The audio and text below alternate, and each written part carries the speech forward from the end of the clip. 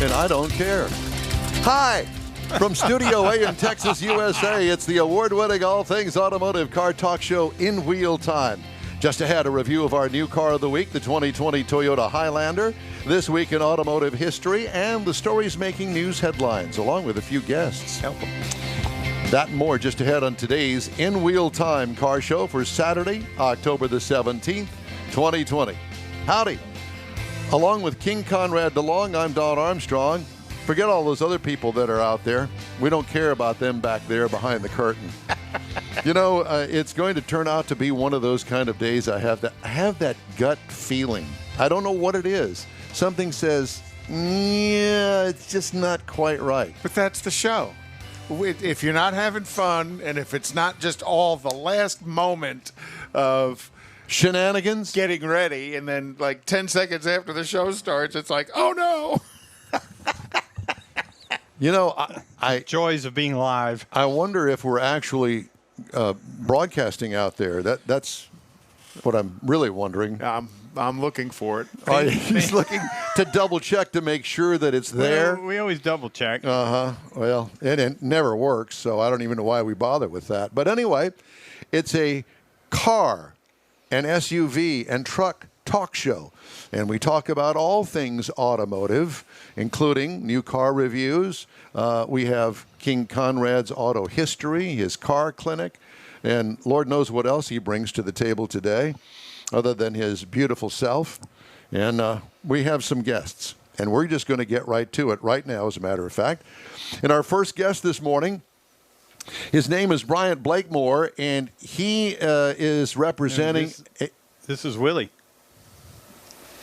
This is Willie. Willie Morales, South Texas GM Car Club. Oh. The one on the top of the list, Don. Oh. See, I told you. I told you that there was going to be a major problem today. Well, I've just found out what it is. It's Don Armstrong. It's Don Armstrong.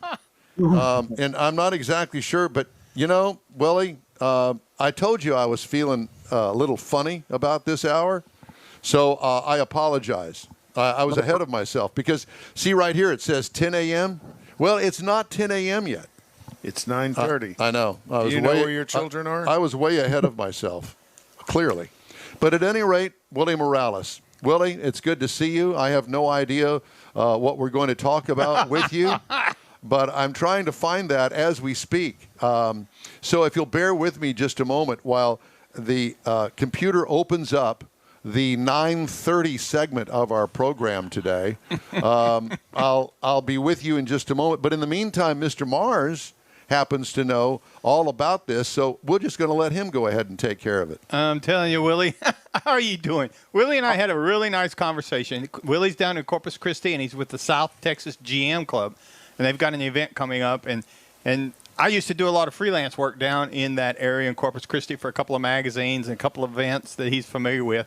So I saw his event come up on Facebook. It caught my attention because of where he's at. And he's got some really interesting ideas and some things going on that, to me, make this event a little unique. So why don't you start with the club, Willie. Tell us about the club. Okay, we started this club about 4 months ago, South Texas GM Club. Any vehicle under the GM logo that was made by GM is welcome to join. So Buick, Pontiac, Oldsmobile, Cadillac, GMC, Chevrolet, anyone under the GM label. So there's your Oldsmobile, Conrad. Yep. So in the GM label, are you also including the Saabs and the Hummers, if there are any out there? Actually, yeah, the Saturns and the Hummers, yes, sir. Okay. And also anything powered with an LS or GM motor. Oh, okay. So that sneaks in all those guys who upgraded their Mustangs to an LS motor, right? Exactly. All those sleeper cars that you think, are just regular old Ford. So how big is the club? We're probably about 70 members strong right now. Okay. This is our first annual Honor Our Veterans Car, Truck, and Motorcycle Show that we're hosting. And where are you hosting it at? It's going to be at Bridgeway Church, which is 3202 Rodfield Road here in Corpus Christi, Texas. Okay. all the proceeds are going to go to our veterans. We've got 4 charities that we're going to donate to, which is the Navy Marine Corps Relief Society, Military One Source, Women's Veterans of the Coastal Bend, and United Vietnam Veterans of Texas. Awesome. And how much is the registration to join the show? For the car to be judged, it's $30. To just show your car is $20. And if you're a veteran, there's a $5 off promo code that you can use because veterans get $5 off. Okay, I got a question. Why would you not bring your car there and have it judged? I mean, I'd be willing to pay an extra $10 to have it judged. It's probably not going to win, but I want to know all the things that are wrong with it for the next show. Well, yeah, I can see your point, and then some people just want to come to add it. You know, it's a stock car, you know, factory, Corvette, whatever, and they're just coming out to support the show because as I've been telling people that have been calling me or reaching out to me, the more cars, the more slingshots, motorcycles, etc., the more people are going to come out, the more money we can raise for this show. Gotcha. Well, and one of the things that caught my attention about it, because when I first started going down there, I lived in San Antonio. So it's only a couple of hours. You don't think about it, but it's only a couple of hours down there, and it's only like 3.5 hours from Houston. So if you're looking for something for a weekend, or you could make a day out of it, you could go down there, spend the day down there. Man, do the I'm car making show. a weekend out of it. Are you kidding Absolutely. me? I'm going to go down there and I'm going to knock on Willie's door and go, "Bud, let me in. I know you got us a beer down there, so let's party." There you go. There you go. So Willie, when you said it was at the church. Now, when you come into Corpus Christi, there's 2 main ways in coming in from San Antonio or Houston. Whereabouts? Is it in Corpus Christi? Corpus Christi? Yes, it's in Corpus Christi. It would be off of South Padre Island Drive, which anyone that's come to Corpus pretty much knows that's our main freeway going towards the beach. It's the only freeway. We have what they call 358, which is crosstown. But yeah, SPID is the main one. You would go as if you're going towards the beach, exit Rodfield Road, which is right off the freeway, take a right, and it's about 2 miles down. I mean, it's impossible to miss. Well, if anybody's going to go down there, I would imagine that they would actually look all this stuff up on Facebook, because I understand that you've got a page for this event on Facebook, right? Yes, sir, and that's also where they can register, and that page is stxgmclub.com.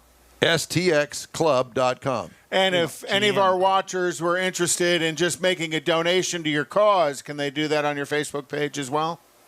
We don't have necessarily a donation part, but they can always reach out to me via email.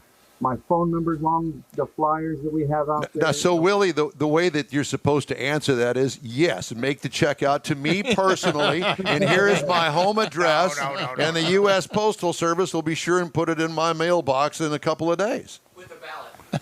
With a ballot. With a ballot. Yeah, that's right, a ballot. Don't forget the With ballot. 15 ballots.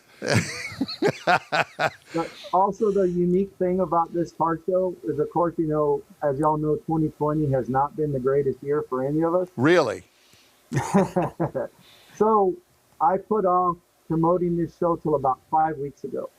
I didn't want the sponsors, money to go to waste trying to promote it, and then we have to cancel because of the COVID thing. Well, So we're in full, go right now. The first 200 entries receive a free event shirt. So, as an example, if you're a veteran and you're paying to be judged, it's $30 to enter, minus the $5, so that's $25.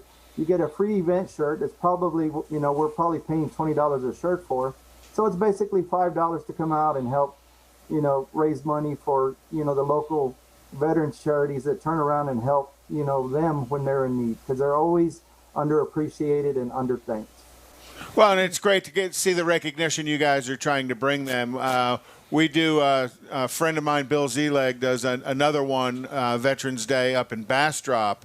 and it all goes to the same types of charities, but they closed for COVID. So people who want a chance to go do something to help the veterans with their car, what a great opportunity to take a cruise on down to Corpus. Well, one and join you of the guys. things that I just have to interject here is that we have a lot of car clubs that watch our show, and this would be a great cruise event.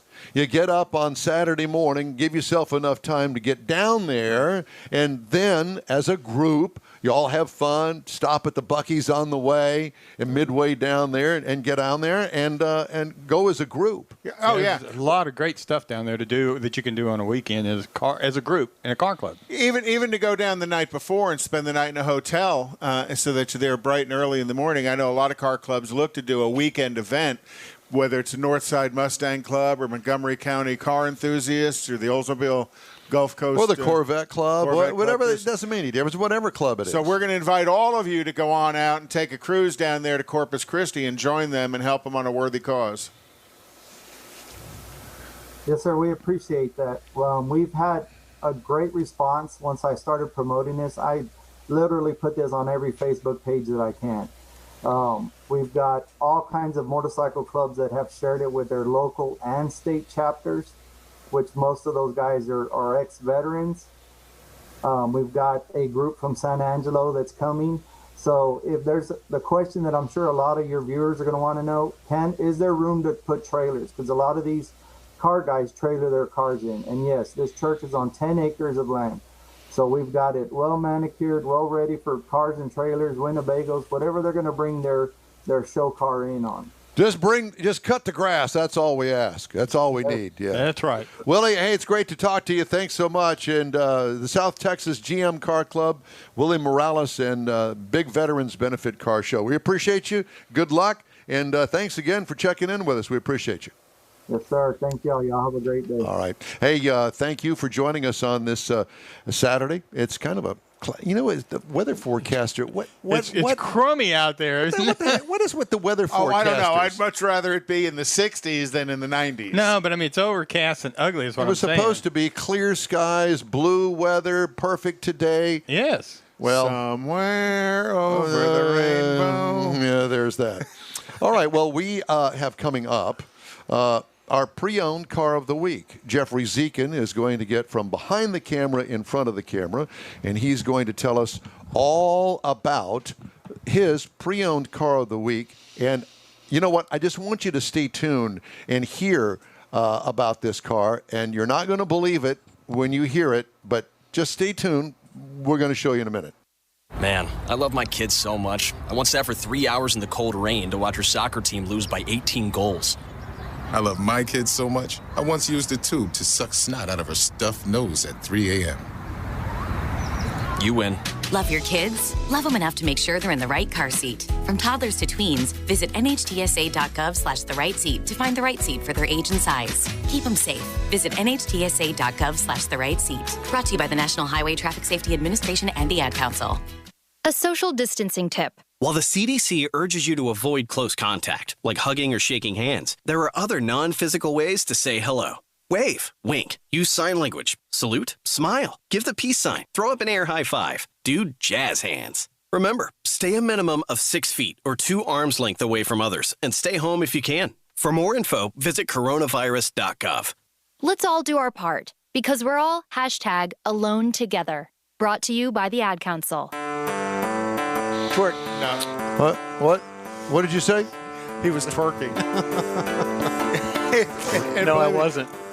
It's not a picture you want to see either, or me. But he has that look on his face that he did it. Like I wasn't looking up at the time. Like I got caught doing it. You got caught doing it. There you go. Yeah. Just like I did throwing spitballs at the metal blinds in class.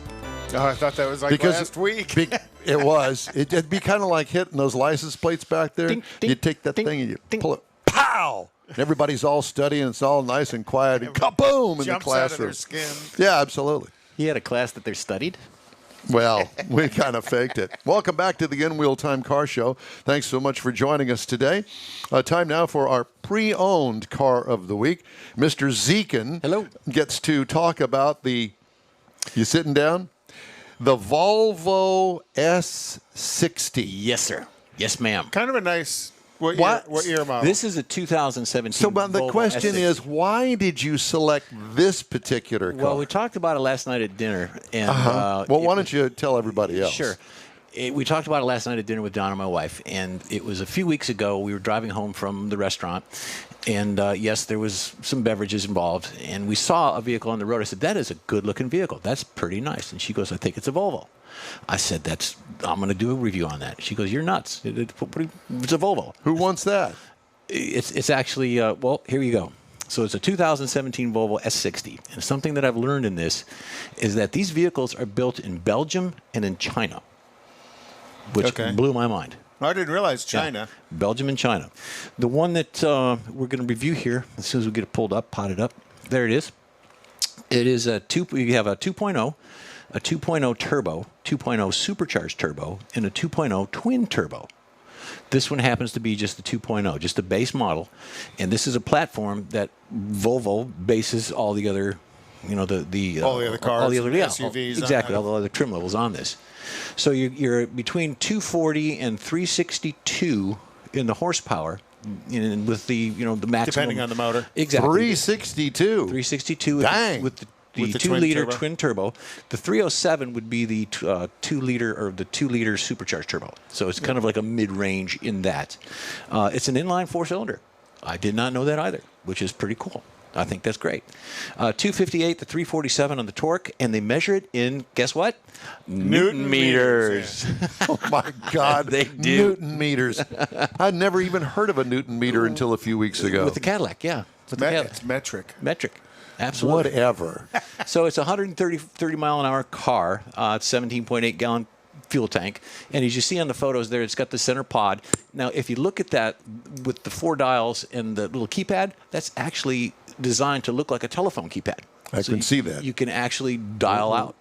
It's pretty neat. Wait a minute. So, in other words, I can call your cell phone from that little thing yeah, there. you dial it up and, How do you work the radio? That would be with the dials. And then you text with a C is 3 2s. Well, And then right after that, you crash. Exactly. You're not supposed to be texting and driving. Don't listen to Conrad on that one. That's not right. And it's Volvo, the leader in automotive safety. And we're going to get to that. We're absolutely going to get to that. You can get it in a front-wheel drive and an all-wheel drive.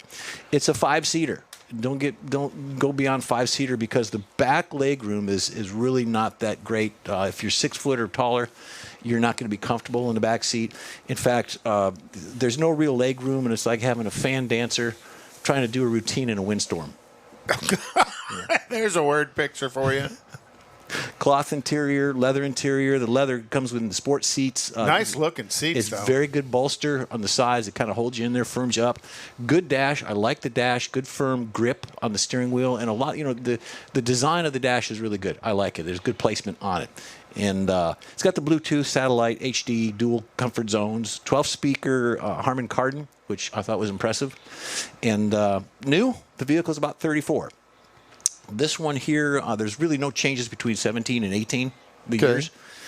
This one had about 50,000 miles on it, and it's right about 25 to 26,000. That's pretty good resale on a 3-year-old It's a vehicle. Volvo, which blew my mind. Now, you talked about safety. It gets 5 out of 5 on the awards. It just maximizes all the awards and the safeties and the braking and all that crash worthiness. Exactly. But that's a trademark of the Volvo brand. Exactly. Is safety. And it's a good vehicle. It surprised me when I started looking into this and doing the research on it, and I'm thinking, this is a good vehicle. This is a good vehicle. And not a bad-looking vehicle. It's got that same kind of smooth look so many of the Aero cars get. Competitors would be the Audi A3, BMW 3, but in the BMW, there's multiple versions of the BMW. Right. So it's just not a 3. It could be an I and all this other good stuff with the well, the 3 designs. being the chassis, the next 2 numbers kind of being the engine, Exactly. 320, 330, 335. Yeah. So I recommend it. Next week, we're looking for a Lamborghini Countach, so if anybody's got one out there. Right. Really? Yeah. How much is a Lamborghini Countach? We'll find out next week when somebody calls me. Great. Well, I wonder if we could take the camera off of Jeff. There you go. We'll have to get a leave it hold on. of Peter Hurlson, the guy with all the Lamborghinis. I got to drive a Lamborghini several years ago, and it really is a cool car. I don't know as if I'd want one for everyday use. Well, I'm not real sure I could get in and out of one at this point. You have you pretty much have to lay down in the car. And don't you have to sit on the driver's sill? You open the door and sit on the and to back up, and you look behind you and make sure you're not hitting anything. It's not all what it's got a lot of horsepower, and it sits real low to the ground, and it's really sleek and cool looking, and it's got tons and tons of power. Well, and technology. With the exception of power, Corvettes are the same way. Well, the new Corvettes have the power. I don't know if I'd go there with a Lamborghini owner. They're going to defend their brand pretty strongly. And it was a very cool car, but I don't know about driving it every day or review the Lamborghini. But okay, fine. The In Wheel Time Car Show streams on Facebook, YouTube, and InWheelTime.com. Podcasts are available on Apple Podcasts, Spotify, Stitcher Radio, iHeart Podcast, TuneIn, Google Podcast, and Podcast Addict. In Wheel Time Show continues right after these words. 911, what's your emergency? There's a train that just hit a car. Sir, what is your location? Look around for a street sign, sir. It's 8th and Orchard. 8th and Orchard. Okay, very good. 8th and Orchard. Sir, help is on the way. Why would he do that? The train still doesn't stop. You have to get there now. At a railway crossing, even if the engineer sees you and hits the brakes, it can take a mile for the train to stop. And for you, that's too late. Stop. Trains can't. Paid for by NHTSA. Advance Auto Parts and CarQuest present the Boobs Rock Powder Puff Race. Saturday night, October 17th at Houston Motorsports Park. Gates open at 5. The green flag waves at 6. Wear a mask. Social distancing and sanitizer rules. Enjoy $1 hot dogs and $1 beer. $5 discount ticket info online at NASCARHouston.com. Saturday night, October 17th. Gates at 5. Racing at 6. Houston Motorsports Park. All car classes, including the Boobs Rock Powder Puff Race, supporting breast cancer awareness. It's the last race of the season. Boobs Rock. Don't miss it. Welcome back to the In Wheel Time program. We really appreciate you here on this Saturday. It is the 17th of October, headed toward Halloween, and we wanted to mention that because if you were listening to us on a podcast, you have an idea of when this show was recorded. I don't know why we record it. I don't know why we even play it back, but at any rate, it's fun. It is fun. Well, we have a good time doing it. Okay, so typically at this point of the show, we talk about things like racing, a little bit of the shows, national cruises, news headlines. So have at it. Well, next weekend, IndyCar is in St. Petersburg, and I think they've only got a couple of races left. Formula One next weekend is in Portugal, and then the weekend after that is Romania, as they're making their kind of revised schedule going through Europe and stuff. They're not coming to the United States, so we're not going to see them in COTA. NASCAR this weekend is in Kansas. Next weekend's in Fort Worth, and NHRA this weekend is in Ennis, which is south of Dallas, and next weekend is going to be in Baytown, and we're going to be out there in Baytown broadcasting live. We've got a real nice group of folks to interview, and we'll be at the track on Saturday. So if you get a chance to come on out and say hi. And then the thought is the finals for NHRA is going to be the first weekend of November in Las Vegas, but there's a lot of question as to whether or not they're actually going to make that or not with some of the struggles Las Vegas is having right now. This weekend, IMSA's at Road Atlanta, and those of you who've followed Alec Udell on the show with us, he was racing yesterday in Atlanta in his Mercedes GT3. He was leading? No, he was racing. They ended up, they started 11th and finished 13th, but there was like 50 some odd cars running. Oh, Lord. Kind of like I-10 there. It was a big full track. And then the 31st of October, IMSA is going to be at Laguna Seca. And that's always a fun track to go to. One I need to get to myself and watch because there's some... A Halloween thing. Okay. And then national shows and stuff. Still a lot of them are on the cancel side of things. But again, they are going to have next weekend the Japanese Classic Car Show in Long Beach, California, which is, Don's a big fan of the JDM Japanese domestic market cars, and they've got some cool cars that they never brought to the States. So there'll be a huge turnout of those. The Houston Exotic Auto Festival is still going on, and that's going to be November 8th, and they're talking to them. They're still going to have that. Well, the outdoor events, I think, are one thing. However, the indoor events, I don't know. And, for us here in Houston, I don't know if they've made a final decision on the auto show yet. Well, and that's what I was going to bring up. Autorama has been canceled. Correct. Yes. But my guess is, and I don't know this, my guess is that the Houston Auto Show is not going to happen this year.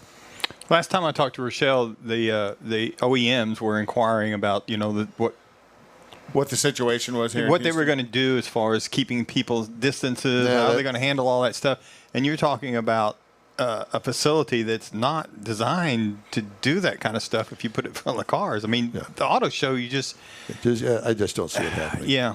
Unless what they do is they kind of modify it, because the Houston Auto Show has really introduced a lot of outdoor events with the ride and drives that they've done outside. Yeah, but even at that, people are standing next in line. They're up against I just each don't other. see it happening.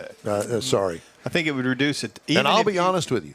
Going one step further, I'm not sure about the Houston Livestock Show and Rodeo. And if that happens, it's going to be highly, highly modified. You're not going to have the livestock show. Oh, true. Because that's indoors. And you're right next to each. And I don't know about the barbecue cook-off. Remember the whole thing in Houston? Started. That's the whole thing when it started here in Houston. They shut the whole thing down. Yeah. So I don't know. But at any rate. So it's an ever-changing world, and we're all trying to live in it. Yeah. So a few of the headlines making stories this week. First of all, a big-time Houstonian looks like he's not going to be doing too well. Did you hear about this Brockman story?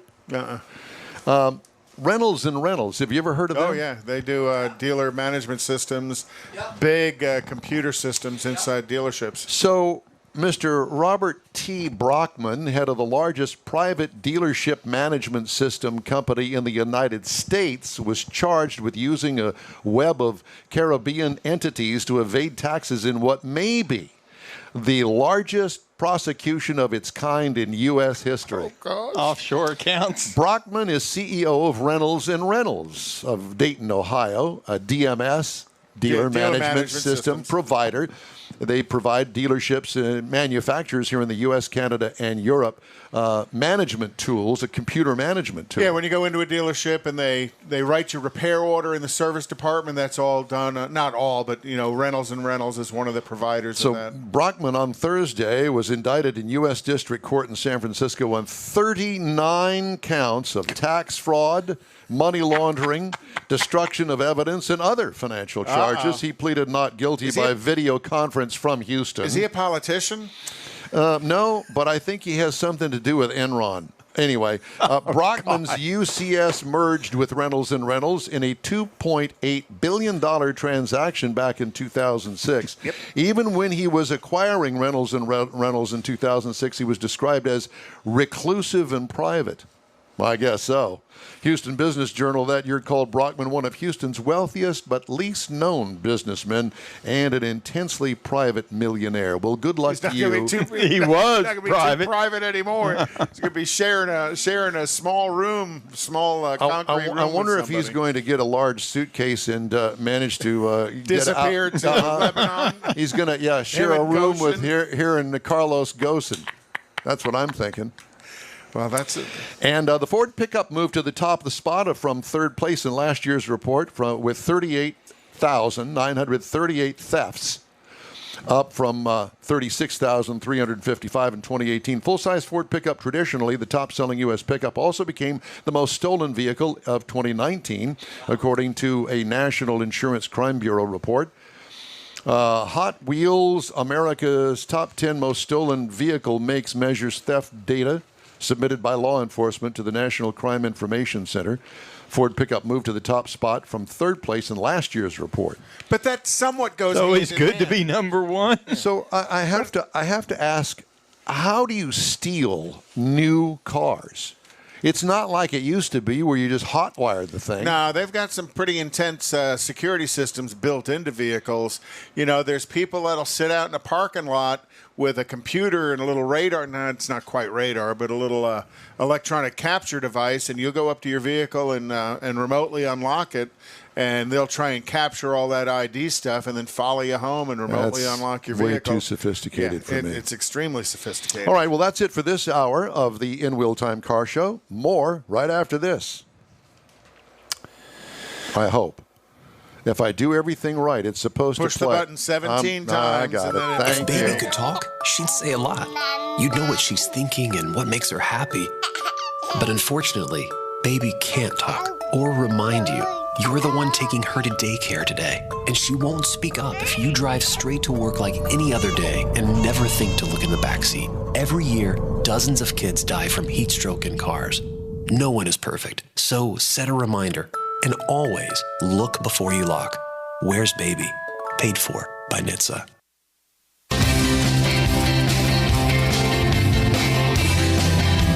Well, welcome everybody from Studio A in Texas, USA. It's the award-winning all things automotive car talk show in Wheel Time. Just ahead, a review of the new car of the week, the 2020 Toyota Highlander. This week in automotive history and stories making auto news headlines. We got that more on today's In Wheel Time car show for Saturday, October the 17th, 2020. Howdy, along with Mike out of this world, Mars.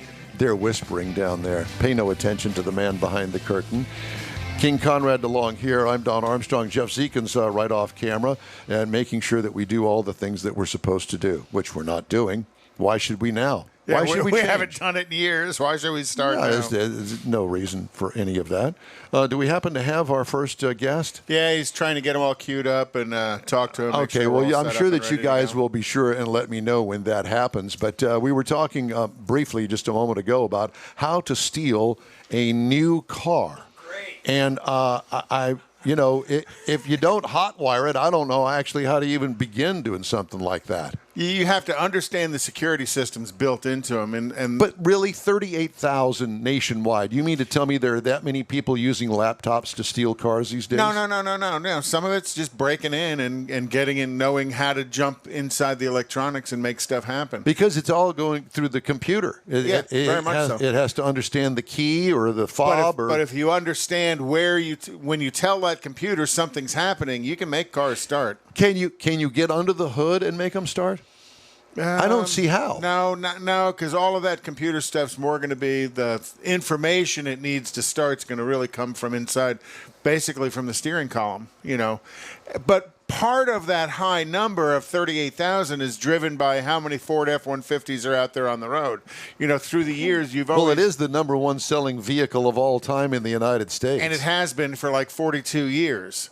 But 38,000 of them stolen? Well, that's less than 1,000 a year. Last year. I know. But it's the parts and stuff. For a while, the tailgates, you couldn't keep tailgates on. That's why they started locking them and stuff. Yeah. Some of them are stealing them with a wrecker. Exactly. Just haul up and drag it on the back of a wrecker. Well, there's that. That's the only thing that I could think of. Because parting one out is more valuable than having a whole vehicle. No. As you're selling the pieces to one. Or shipping it overseas or something. And they talk about chop shops. And you go into some of these chop shops, and Houston's got they've caught quite a few of them here. Have you ever heard of Llano Estacado? In the songs. Really? Yeah. Well, sing that for me. Oh, please don't. Let's move on to the guest. I'm trying to think of what it is. It's in, I think it was in Tin Cup, the movie Tin Cup. Uh-huh. That was about a golf pro out in West Texas. That movie was shot here in Houston, Was it? Uh-huh. But I think in the song for that, sir, you're avoiding the request. Yes, the request I am. As is hard as Llano I can. Estacado. I want you to sing that song. Or it's a beer. I'm not sure which. Beer. That's perfect. All right. Well, joining us right now, speaking of Llano Estacado, is Bryant Blakemore. Bryant, how are you, brother? Doing well. Thanks for having me on this morning. You bet. It's great to talk. So, do you know of a song called Llano Estacado? There's a Cooter Graw song that's entitled Llano Estacado. There you go. I knew that. Is that how it was? Is that how this event was named? Kind of. So the Llano Estacado is basically the caprock of the plains of northwest Texas in the Lubbock area generally. And it extends down all the way to Snyder and Midland, Odessa, and through that area. And this event is in that area, so we use that as the name. I love it. Okay, so tell us what is it's Llano Estacado. It's a desert race, correct? Right, that's correct. So this is an off-road event with off-road vehicles. Right, absolutely.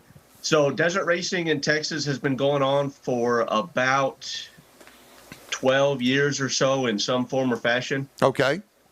Right now I'm working with the Texas Desert Racing Association, the TDRA.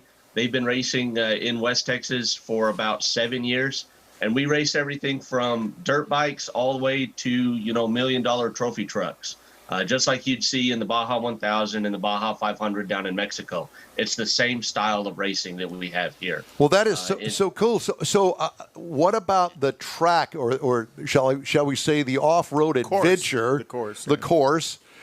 Who set that up? I mean, have you been using this exact course through the years? So this piece of property in No Trees, Texas, just to the west of Odessa, has been used for about 10 years or so. The landowner there is very receptive to our sport and lets us go out there and run. In fact, if you get on Google Earth and look it up, you can see a lot of the course through the satellite imagery. It's been there long enough for that.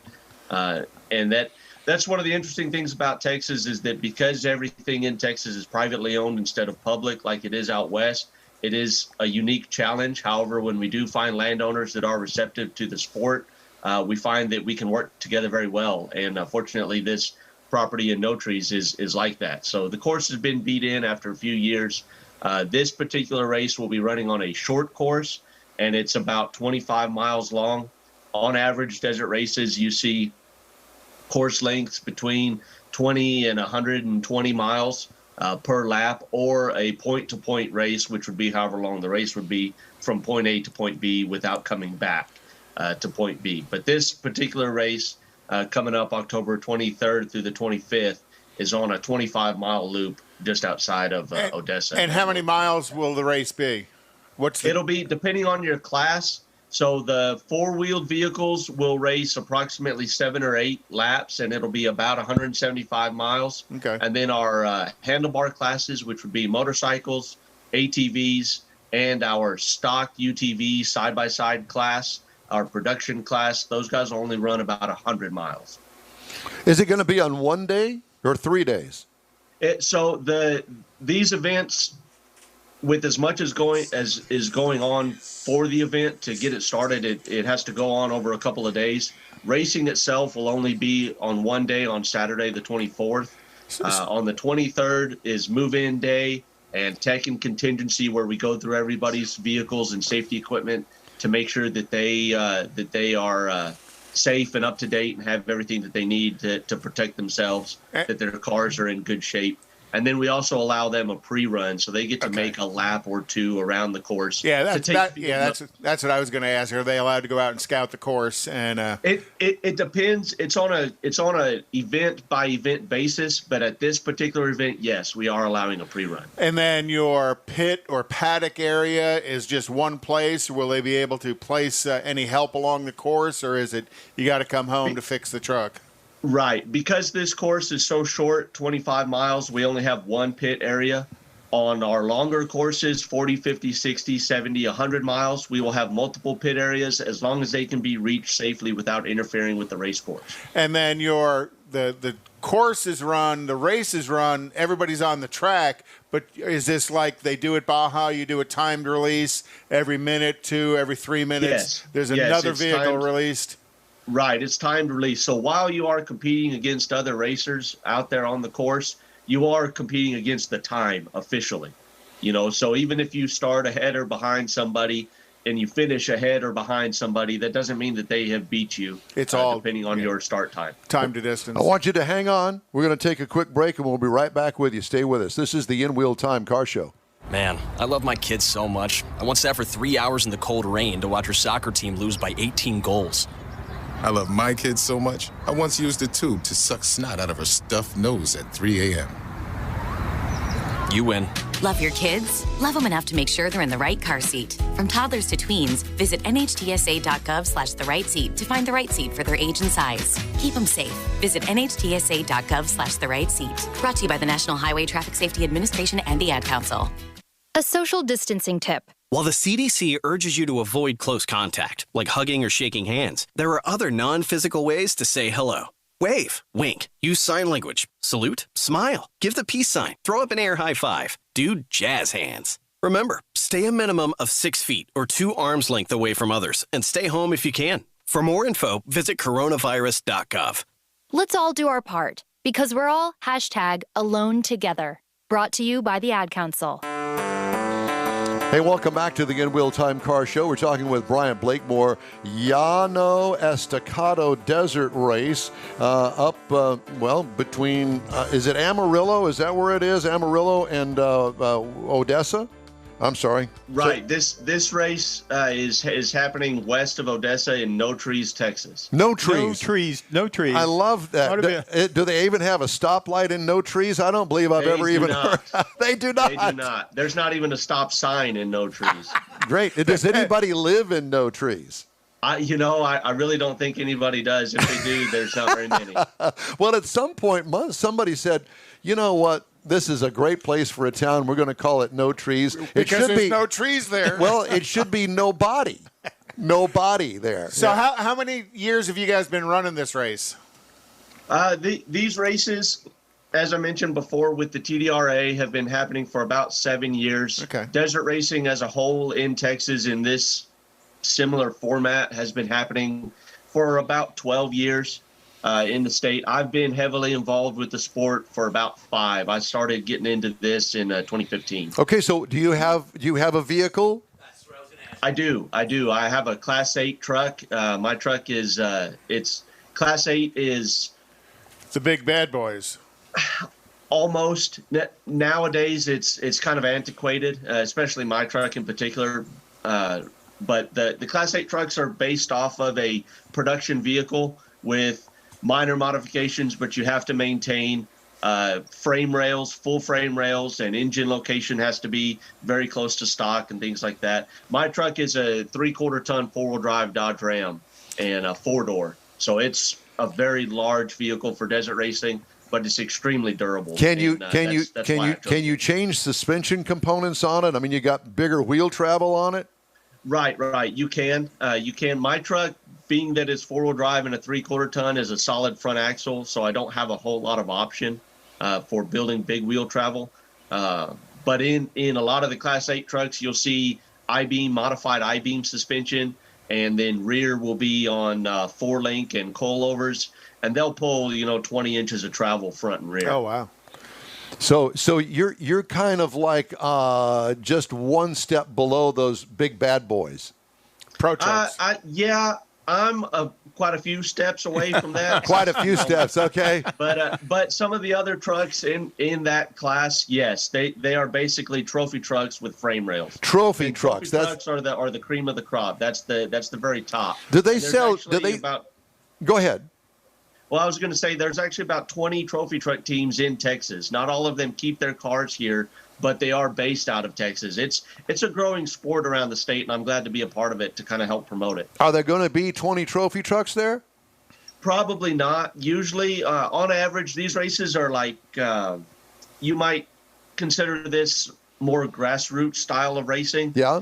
At our last event that we put on at the Texana Ranch in Blackwell, Texas, we had 66 competitors overall through all of our classes. At that point, we had 10 spec trophy trucks, which is a trophy truck that has limitations. A normal trophy truck is unlimited. These have a motor requirement and a tire size requirement.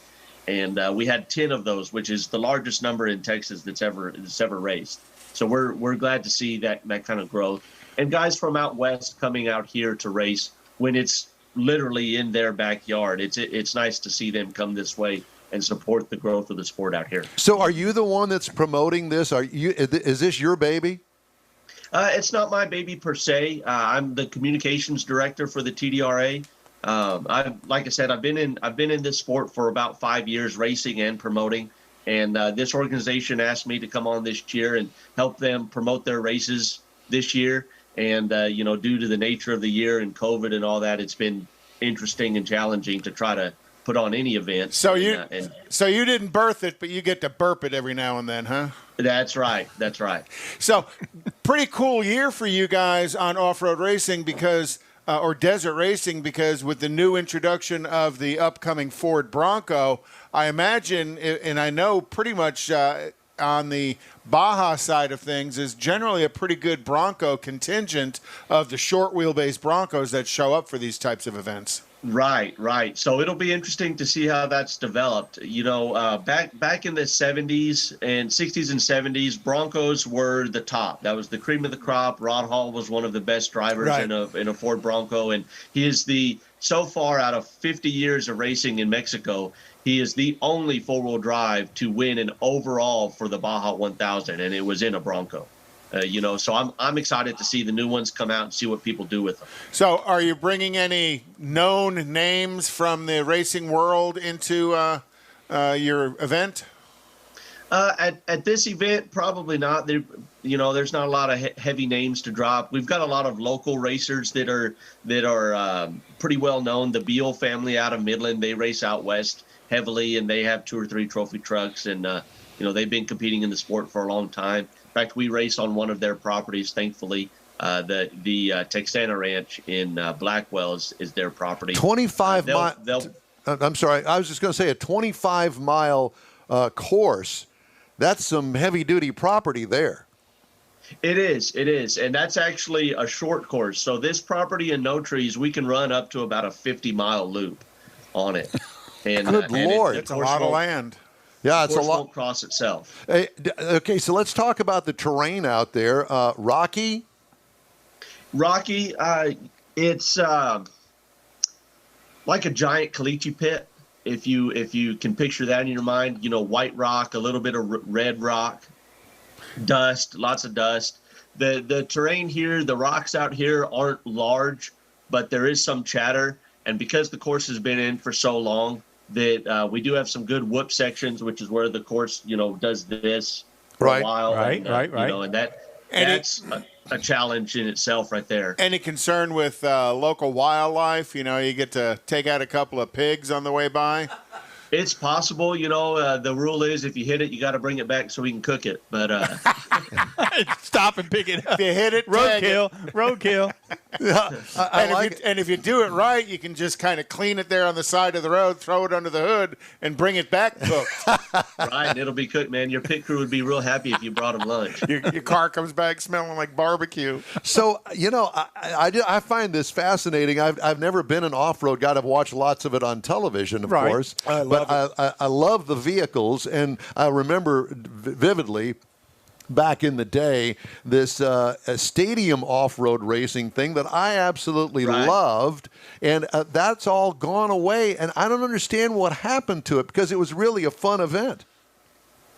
Well, a lot of that stadium racing, was production-based, so it was a lot of manufacturers versus manufacturers.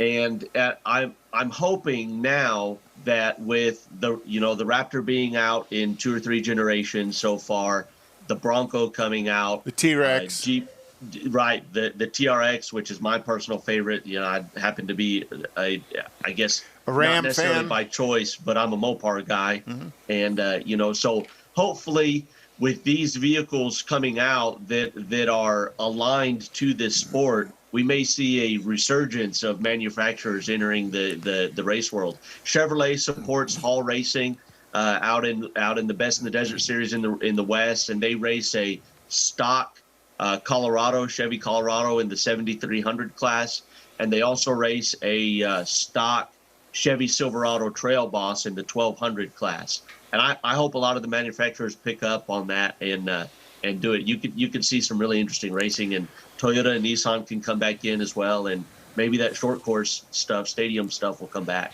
Well, Brian, it's great to talk to you, and we are really looking forward to talking to you in 2 weeks after you finish the event next weekend and getting a report on how things went.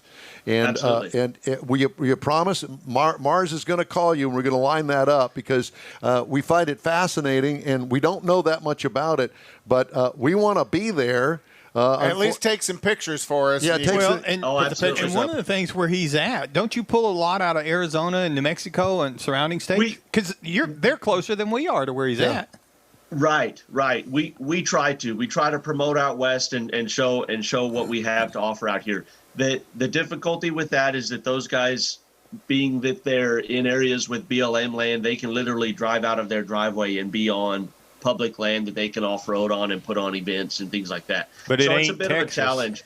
We have to provide Texas hospitality to them to get them to come out this way and show that while it is the same sport, we do it a little bit differently out here. Brian, it's great to talk to you. Thanks so much. We'll be in touch with you in a couple of weeks, and good luck to you next weekend. Thank you, gentlemen. I appreciate y'all having me on the show, and I look forward to coming back. You got it. We'll see you in a couple of weeks. Brian Blakemore, Llano Estacado Desert Race. It's coming up next weekend, and you'll find out more information on our Facebook page. Hey, if you'd like to get in touch with us, shoot us an email. The address is info@inwheeltime.com. Coming up, a review of the redesigned Toyota Highlander. I'll tell you all about it and my experience behind the wheel after a quick stop on the In Wheel Time Car Show. 911, what's your emergency? God, there's a train that just hit a car. Sir, what is your location? Look around for a street sign, sir. It's 8th and Orchard. 8th and Orchard. Okay, very good. 8th and Orchard. Sir, help is on the way. Why would you do that? The train still doesn't stop. You have to get there now. At a railway crossing, even if the engineer sees you and hits the brakes, it can take a mile for the train to stop. And for you, that's too late. Stop. Trains can't. Paid for by NHTSA. Advance Auto Parts and CarQuest present the Boobs Rock Powder Puff Race. Saturday night, October 17th at Houston Motorsports Park. Gates open at 5. The green flag waves at 6. Wear a mask. Social distancing and sanitizer rules. Enjoy $1 hot dogs and $1 beer. $5 discount. Ticket info online at NASCARHouston.com. Saturday night, October 17th. Gates at 5. Racing at 6. Houston Motorsports Park. All car classes, including the Boobs Rock Powder Puff Race, supporting breast cancer awareness. It's the last race of the season. Boobs Rock. Don't miss it. Going to the Boobs Rock Powder Puff Race tonight. Should be a hoot. Yeah, it will. Or Hooters. Oh, no, I'm sorry. Can you say that? Yeah, you I can. just did. Yeah, you did. I like it. Yeah, the Boobs Rock Hooters race. Okay, we'll Thanks, Gina. Yeah, thank you, It's Gina. a conversation starter. Yeah, so that's at Houston Motorsports Park tonight. Or stopper, as the case may be. And you are the pace car driver. Again. One of the two, yes, I am. And so people can come out and get your autograph. Are you going to bring hero cards to sign for people? None of that. No, but it is time for me to do a car review. May I? Mother, may I? Yes, Mother, may I? Okay. So the car review this week is the 2020 Toyota Highlander. Here are the trim levels. It comes in an L, which is the base model, the LE, the XLE, the Limited, and the Platinum. And, of course, I got the Platinum. You're such a top tier guy. I am, aren't I? It's a small, considered by the government, a small SUV, and really it's more along the lines of a midsize. Oh, yeah, for sure. We'll seat, however, up to 8 passengers because it does have a third row in it now, believe it or not. Exterior changes from last model year, complete redesign this year. By the way, it is built in Princeton, Indiana. Mm-hmm. I don't know why I'm throwing that out there, but it's not. American made. It's not really import. It is, but it's not. Well, it may be designed in Japan, but it's made in the whole USA. Exterior features, more Tacoma-looking front fascia than the outgoing model, a less Lexus grille look from 2019. No, I'd agree with that, yeah. Heavily sculpted sides. Lexus look, however, rear hatch on it.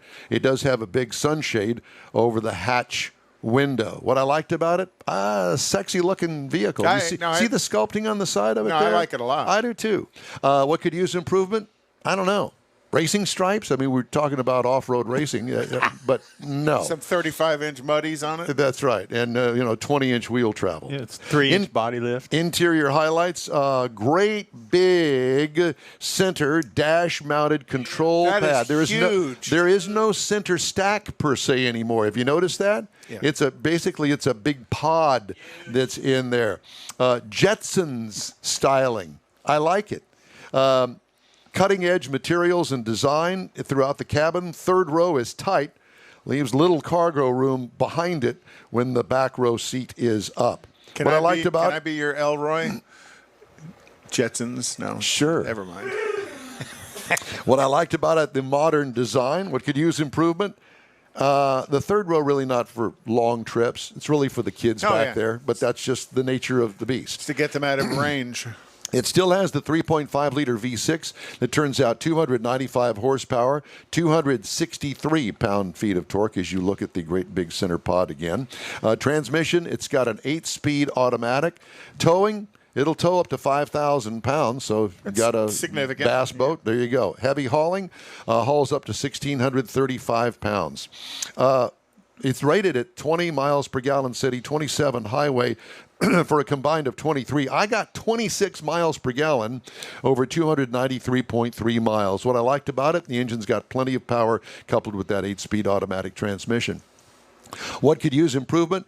Well, some manufacturers now are getting plenty of horsepower, up to 300 or more horsepower out of a 4-cylinder that's turbocharged, and I think that maybe perhaps that Toyota should look into something like that. Yeah, but still, you got, because that's a significantly sized SUV, and you still got 26 out of it. Not bad. It's not bad. But, you know, you can get, I think, more out of a... Push 30 with a Turbo 4. Yeah, something like that. Just an idea. Ride and handling, scores high on my list on-road manners and comfort. What could use improvement? Nothing. No need for a 4-wheel drive, however, in Houston, Texas. This particular one had 4-wheel drive. Why would you get 4-wheel drive in Houston? Unless you're going to go see Grandma a lot that's in a snowy area, why would you use 4-wheel drive here? It's flat. No trees. Go to No Trees. Go to No Trees, Texas, and run it there. Base trim price, $48,800. Now, remember, the trim price, we had the top of the line. Prices tested was $51,112. The base model price on the Highlander is $34,600. Competitors, that's in the sweet spot. It is a sweet spot. Competitors, the Honda Pilot for $31,550. The Kia Telluride for $31,890. And the VW Atlas for $31,545. Those are its competitors. And that is my review of the 2020 Toyota Highlander. All right. Time now for our national race calendar, and Conrad has that. And again, you know, as they've had to readjust what they're doing because of COVID, you're watching them kind of compress a lot of races into the end of what was typically the end of the season, and now it's going to. Some of them are actually going to roll over into November. So Formula One this week or next weekend is the Portugal Grand Prix, and then they're going to be in Romania on the 31st of October. NASCAR is in Kansas tomorrow, in Fort Worth next week, and then Martinsville Speedway on the 30th of October. IMSA is at Road Atlanta this week, and they're going to be at Laguna Seca on the 31st of October. NHRA is in Dallas this weekend, and then they're going to be in Houston next weekend. And come join us, because we're going to be out there in Houston at the NHRA event, courtesy of Toyota, and get a chance to do some interviews with some of the drivers and stuff, some of the Toyota drivers that are coming out there. So if you get a chance to come on out and see us, please do. And then their finals are supposed to be October 1st in Las Vegas. IndyCar is next weekend in St. Petersburg, Florida. And that's a pretty good picture of the national stuff. NHRA next week here. And we're going to be there. We hope that we'll be on the air. It's going to be unproven, but we'll see. I'm going to take Friday off and go out there with Mr. Mars and Mr. Ainsley, and we're going to go see if we can get it all set up. And you got to have faith, baby. Just keep saying that. I do it every morning I get up. Yeah, I guess. Okay. Well, at any rate, the In Wheel Time Car Show streams on Facebook, YouTube, and InWheelTime.com. Podcasts available on Apple Podcast, Spotify, Stitcher, iHeart Podcast, TuneIn, Google Podcast, and Podcast Addict. And the In Wheel Time Car Show continues after this quick break. It's 4 a.m., Monday, and you're literally sucking baby snot through a tube because she's congested. Man, that's love. And if you love her that much, love her enough to make sure she's buckled in the right car seat. To make sure your child's in the right seat for their age and size, visit nhtsa.gov/the right seat. Show them you love them. Keep them safe. Visit nhtsa.gov/the right seat. Brought to you by the National Highway Traffic Safety Administration and the Ad Council.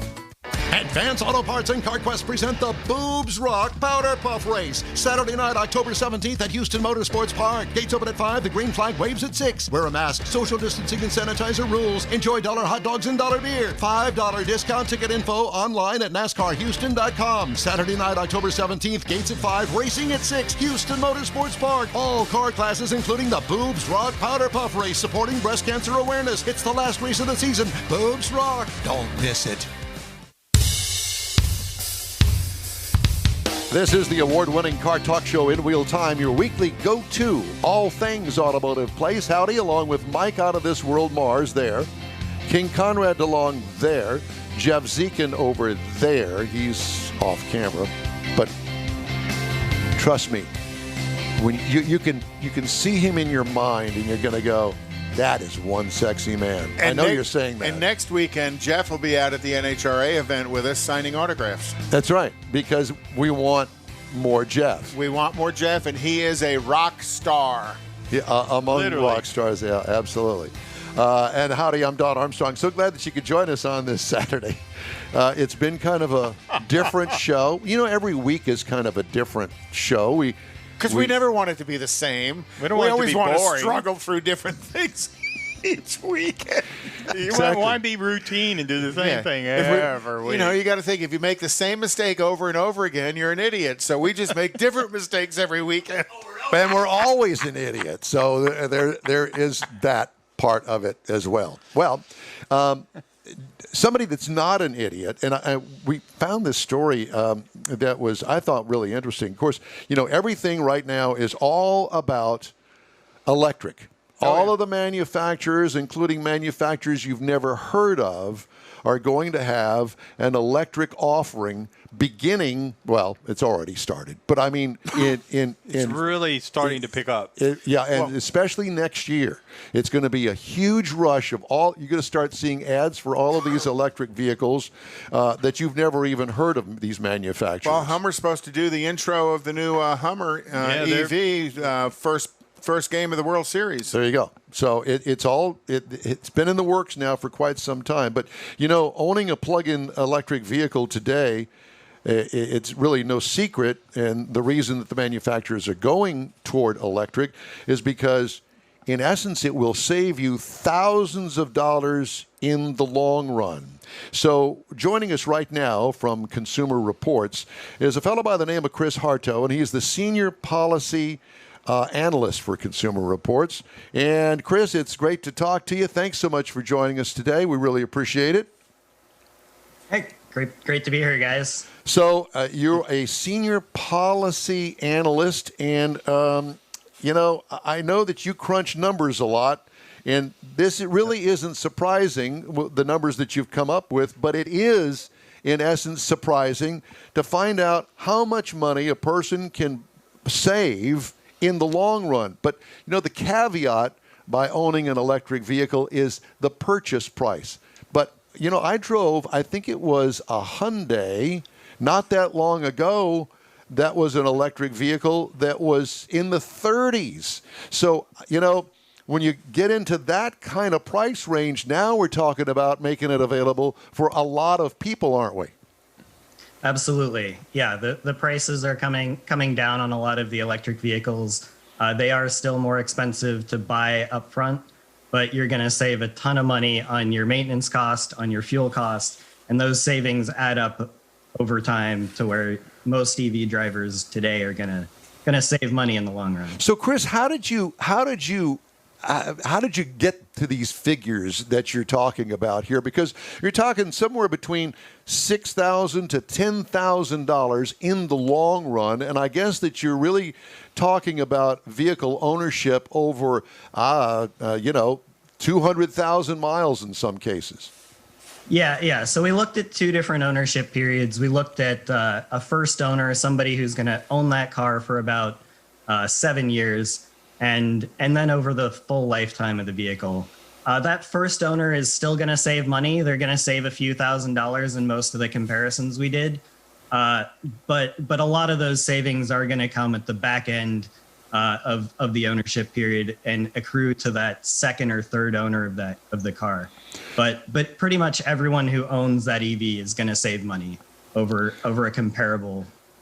So when you're talking about the second or third owner, you're talking about the car being sold to somebody else. But when you get into 200,000 miles, are you not talking about battery replacement at that point? We're in some of the early EVs, there were some battery issues, but with the new current versions of the EVs, the batteries are lasting really long. We're not sure. We'll still have to see, but right now it's looking like battery replacement's going to be something like an engine replacement or a transmission replacement. The frequent, it might happen at 150,000 miles or 300,000 miles that you need to replace it, but we just don't know yet. We just don't quite know yet, but it's trending in the direction of those batteries lasting a really long time. And a lot of that's driven by the battery technology that's coming out now. You got to remember some of the early EVs were lead acid batteries that you had to replace every 2 or 3 years. Now you're talking about all the NiCads and the higher technology batteries, which means a higher expense when it comes time to replace them. But the purpose of the new technology of the batteries is to make the battery pack smaller and lighter. So absolutely. So Chris, did you factor in, or have you looked at the anxiety level here? And I bring this up because Don suffers from bad range anxiety. Range anxiety is huge with me because when I received the car, and I get to drive these cars a week at a time, it was half charged. Well, the onboard computer in these things said, okay, well, you can go another 150 miles. Well, my commute every day to work is 60 miles. Well, that's almost half of that 150. And, I don't want to be stranded on the side of the dang road. So, the charging anxiety is also another problem. So if I'm going to drive, let's say, from Houston to Dallas, there's 250 miles. Well, that's going to put me at the edge of the battery charge. Did you guys put any of that into this formula that you're using? So a little bit, yes.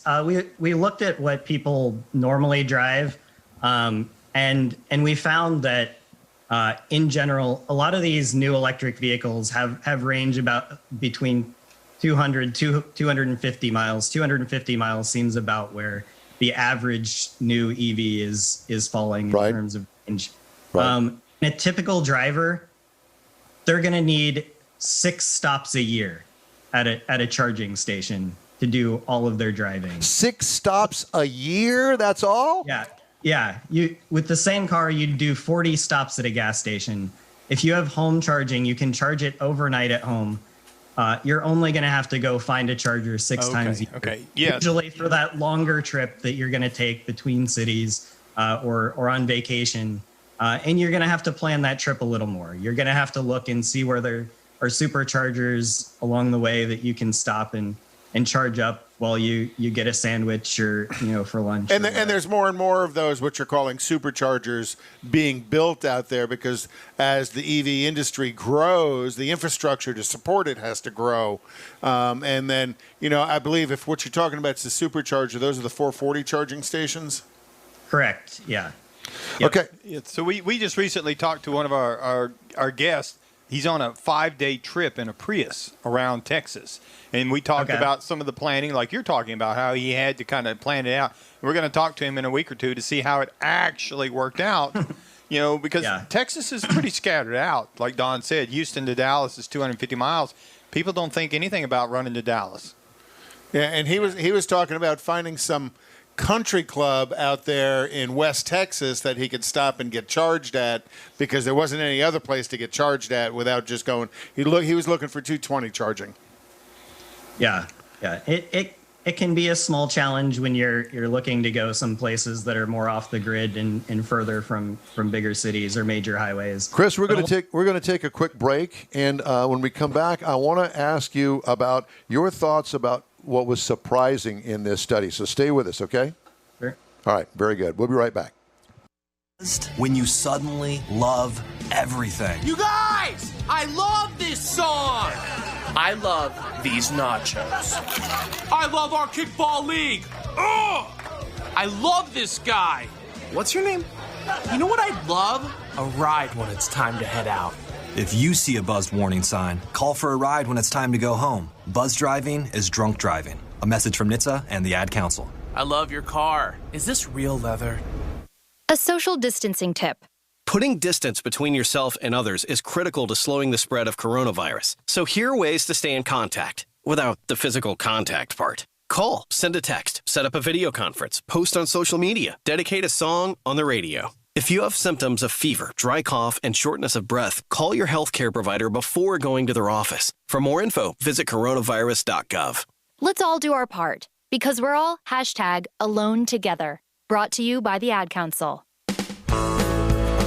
Welcome back to the In Wheel Time Car Show, and give us that shot again, Jeff. Down here below. Can you see down there? We have a rare appearance.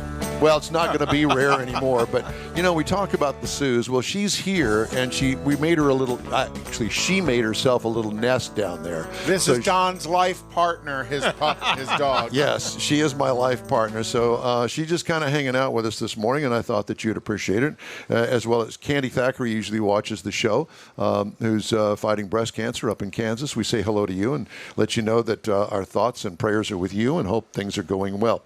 Our guest right now is Chris Hardo, and Chris is the Senior Policy Analyst over at Consumer Reports. So, Chris, we're talking about ownership of EVs, and I wanted to ask you about what you found surprising in doing the research in the cost of owning an EV over a period of time.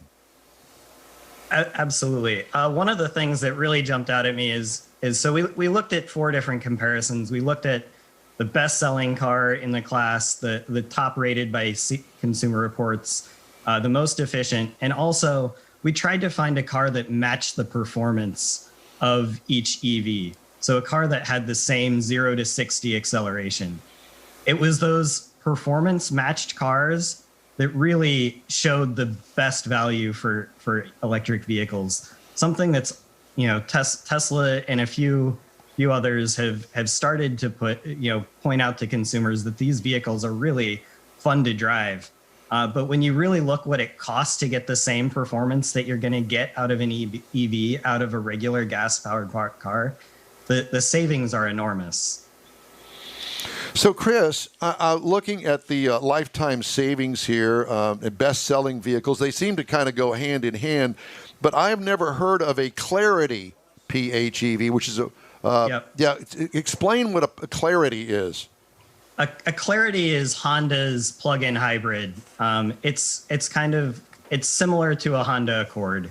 It's a very similar body style, similar vehicle. Okay.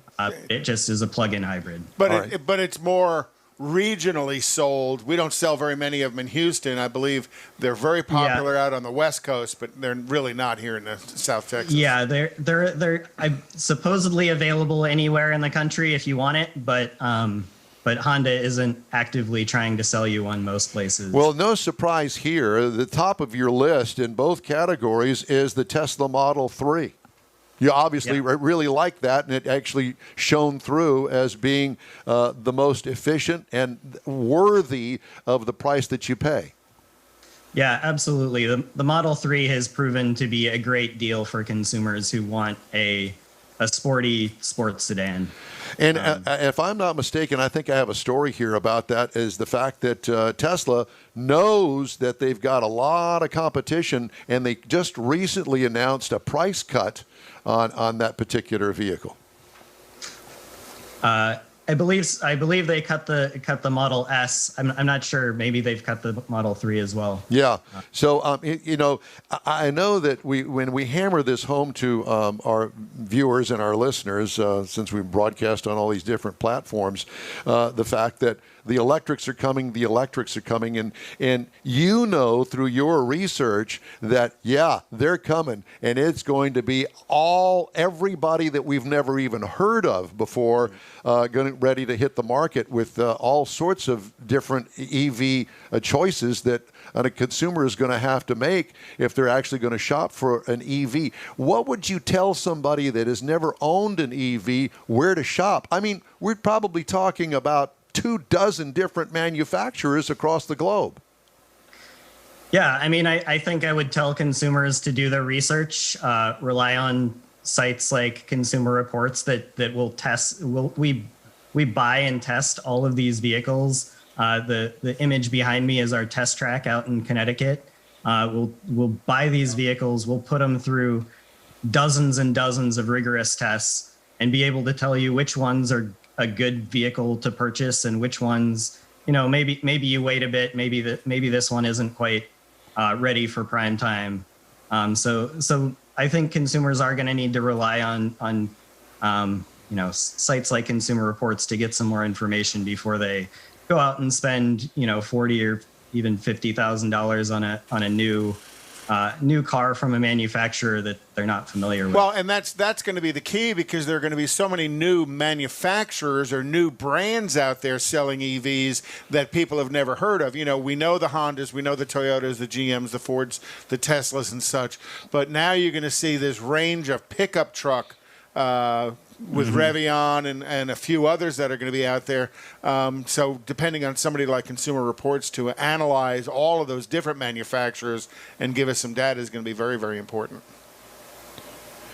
So, Chris, let me ask you, whenever you were looking at this, and obviously you're looking at maintenance costs and stuff, does the support mechanism, I mean, like we're in Texas, there are Tesla places, but they don't have the dealerships per se here in Texas. So if I bought one of these, like a Rivian, if I'm in Houston and I'm a Rivian, did you take into account what it's going to take to get that vehicle serviced if it breaks when you were factoring in all this? So with the maintenance cost, what we did was we looked at, we have survey data from a few 100,000 members who tell us about everything that's gone wrong with their car in the past 12 months. They tell us how much they've driven their car. They tell us how much it cost them to fix their car. In that sample, we had over 10,000 electric vehicles owned by Consumer Reports members. And so our data for this analysis is based on what real consumers are spending to fix their cars. And we found that owners of fully battery electric and plug-in hybrids were both saving about 50% on their repair and maintenance costs per year. But we didn't look at where they're servicing their cars or no. Well, I was kind of wondering about factoring in the cost. Like I'm 110 miles from the Tesla dealer. If I owned that vehicle, was there a cost of getting it to that repair facility or not? Figured in. Yeah. I'm just curious because we're so scattered out here in Texas. Yeah, we didn't look at that specifically. I know Tesla has a number of mobile service providers, so that they'll come to you and fix your car. Each automaker is going to be a little bit different. If you go with a Ford or the Volkswagen's coming in strong with the new ID4 that'll be on the market soon. The Toyota RAV4 Prime looks really awesome. Like if you buy from an existing OEM, you're gonna they're be able to service your car. Like I said, Tesla's figuring that out. Yeah, Tesla is just kind of using them as an example of one of them that's not an OEM, because there are a lot of them like Rivian, and I believe there's a couple of others that we were talking about earlier. But anyway, and with your price comparison, what charging station are you using in that price comparison? A 110 or a 220? That's a good question. We assumed all charging would be done on a 220. Most of the charging would be done on a 220. We did actually factor in that you would do some charging at a public charging station. And so we did factor in that higher cost. It's going to cost you a little bit more when you're charging on the road. We didn't factor in the cost of buying and installing that charger. That'll run you another anywhere from $1,000, $1,500 to purchase and install that station. We did a recent study where we bought a bunch of these chargers and looked at them and looked at the cost and how they worked and how well they worked and made some recommendations to consumers. Those stations run about between $300 and $700 to install. If you already have a 240 plug available, you add another about $750 to install a new plug in your house.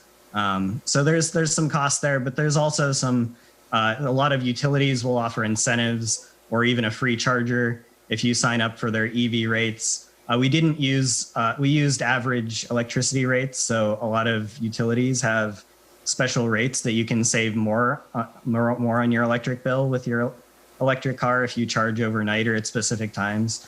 So every consumer is going to have to look at the math for themselves, but overall you should still save a good chunk of change even after buying that charger. Well, Chris, it's a pleasure to talk to you. We appreciate all the information. And had a great report, and it's available at Consumer Reports.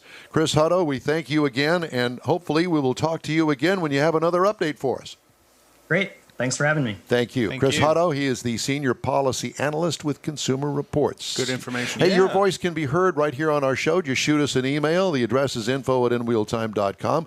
We've got a little splash and go ready for you right here. Conrad's This Week in Auto History is coming up, and the stories making auto news headlines. Break now. We'll be right back. Texas Truck Works is your go-to truck customizer. From mild to wild lift kits, custom wheels, and steering and handling enhancements to the best personal and commercial wraps, Texas Truck Works delivers. Let Texas Truck Works founder Scott Stevens help you get the most out of your truck or Jeep. Texas Truck Works has decades of customizing experience, including power adders and complete engine swaps. Let the Texas Truck Works team design an upgrade plan that fits your budget. Get truck attitude today at TexasTruckWorks.com. Advance Auto Parts and CarQuest present the Boobs Rock Powder Puff Race. Saturday night, October 17th at Houston Motorsports Park. Gates open at 5. The green flag waves at 6. Wear a mask. Social distancing and sanitizer rules. Enjoy $1 hot dogs and $1 beer. $5 discount ticket info online at NASCARHouston.com. Saturday night, October 17th. Gates at 5. Racing at 6. Houston Motorsports Park. All car classes, including the Boobs Rock Powder Puff Race, supporting breast cancer awareness. It's the last race of the season. Boobs Rock. Don't miss it. Welcome back to the In Wheel Time Car Show on this Saturday. We record this show for podcasts throughout the week, and of course, we are streaming right now on InWheelTime.com, Facebook, and on YouTube. All right, time now for This Week in Auto History. And Conrad has a little show and tell. You know, we're always looking for interesting facts that happened this week through the history of cars. So this week was the week that Cadillac produced its first vehicle back in 1902. That's it? That might not be the original one. Tom Mix, if everybody remembers from silent Western movies, he had this very famous Cord that he drove for years. The problem was he also was killed in that Cord in an automobile accident in Arizona. Relatively minor damage, but back in those days, there wasn't seatbelts and stuff. That's the car? And then the car has been rebuilt and sold at the Bonhams auction a couple of years ago. Wow. So, quite a history to it. This week in automotive history, the Chevrolet El Camino was first released in 1959. I'm a huge El Camino fan, and I just think they're a beautiful car. That one matches your shirt. That one matches my shirt. And then also this week in 1965, Oldsmobile released the Tornado. Front-wheel drive, 425 cubic inch V8 with... No, that's not the 65, is it? No, it's a 66. They released it in 65 as a 66. 385 horsepower. It had a flat floor. There was no transmission hump in the floor inside of that. Hideaway headlights. Man, that was the news. No hump. Right. And then in 1978, Lee Iacocca was terminated from Ford, who went on to really save Chrysler.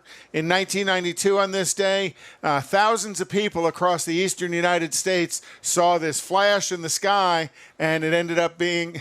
Okay, you can hold it now, Jeff. And it ended up being a meteorite that came across the East Coast and struck the back of that car you saw there, the Chevy Malibu, in Peekskill, New York. Now, I go to that because I grew up very near Peekskill, but I wasn't there in 1992. But that's the meteorite on the ground right there underneath it. So missed it by that much. The Fickle Finger of Fate award goes to that guy there. Do you remember that? Yes, I do. What was that from? Rowan and Martin. Laughing. The Fickle Finger of Fate award. In 1993, a decade after it was first introduced, the 1 millionth Toyota Camry rolled off the assembly line. That's not it. British fighter Andy Green broke the sound barrier and in Black Rock, Nevada, with this car. Yeah, that is some really big exhaust on that one. No, those are the intakes for the jet engines. Appropriately, the week he broke the sound barrier on land was 50 years plus 1 day to when Chuck Yeager broke the sound barrier in the air in 1947. Wow. So kind of an odd parody of how those two times came together, and I'm pretty sure it was coordinated to do that. He missed it by a day. Came this close. That just missed it by that much. Yeah, but he was still going 764 miles an hour. You know, I'm good. I'm good. I'm not going to try any of that stuff. I'm all just fine. So that's this week in automotive history. Well, that was good. I like the show and tell. Okay, so time now for stories making automotive news headlines this week. The revived Mustang Mach-1 will start at, drum roll please, $52,915, including shipping, when it hits dealerships next spring. And they're sold out. Ford revealed pricing Wednesday as it opened order banks for the limited run performance pony car. Ford has not yet said how many will be produced. The Mach-1 is being added to the Mustang lineup for the first time since 2004. I didn't know that. As Ford discontinues the Shelby 350 and the Bullet badges. Did you know that? And they kind of come and go over time, and that's why they're bringing the Mach-1 back. But that's going to sell out. The vehicle will include a number of parts from other models, including the 5-liter V8 found in the Bullet, the 6-speed manual transmission from the GT350, and the rear axle cooling system from the GT500. Mach-1's engine, however, has been specifically calibrated to produce 480 horsepower and 420 pound-feet of torque, not Newton meters. The 6-speed manual transmission comes standard, although Ford will offer an optional 10-speed automatic. And the way the automatics are today, I think I might have to take that. Oh, yeah. With the paddle shifters and the way that they shift.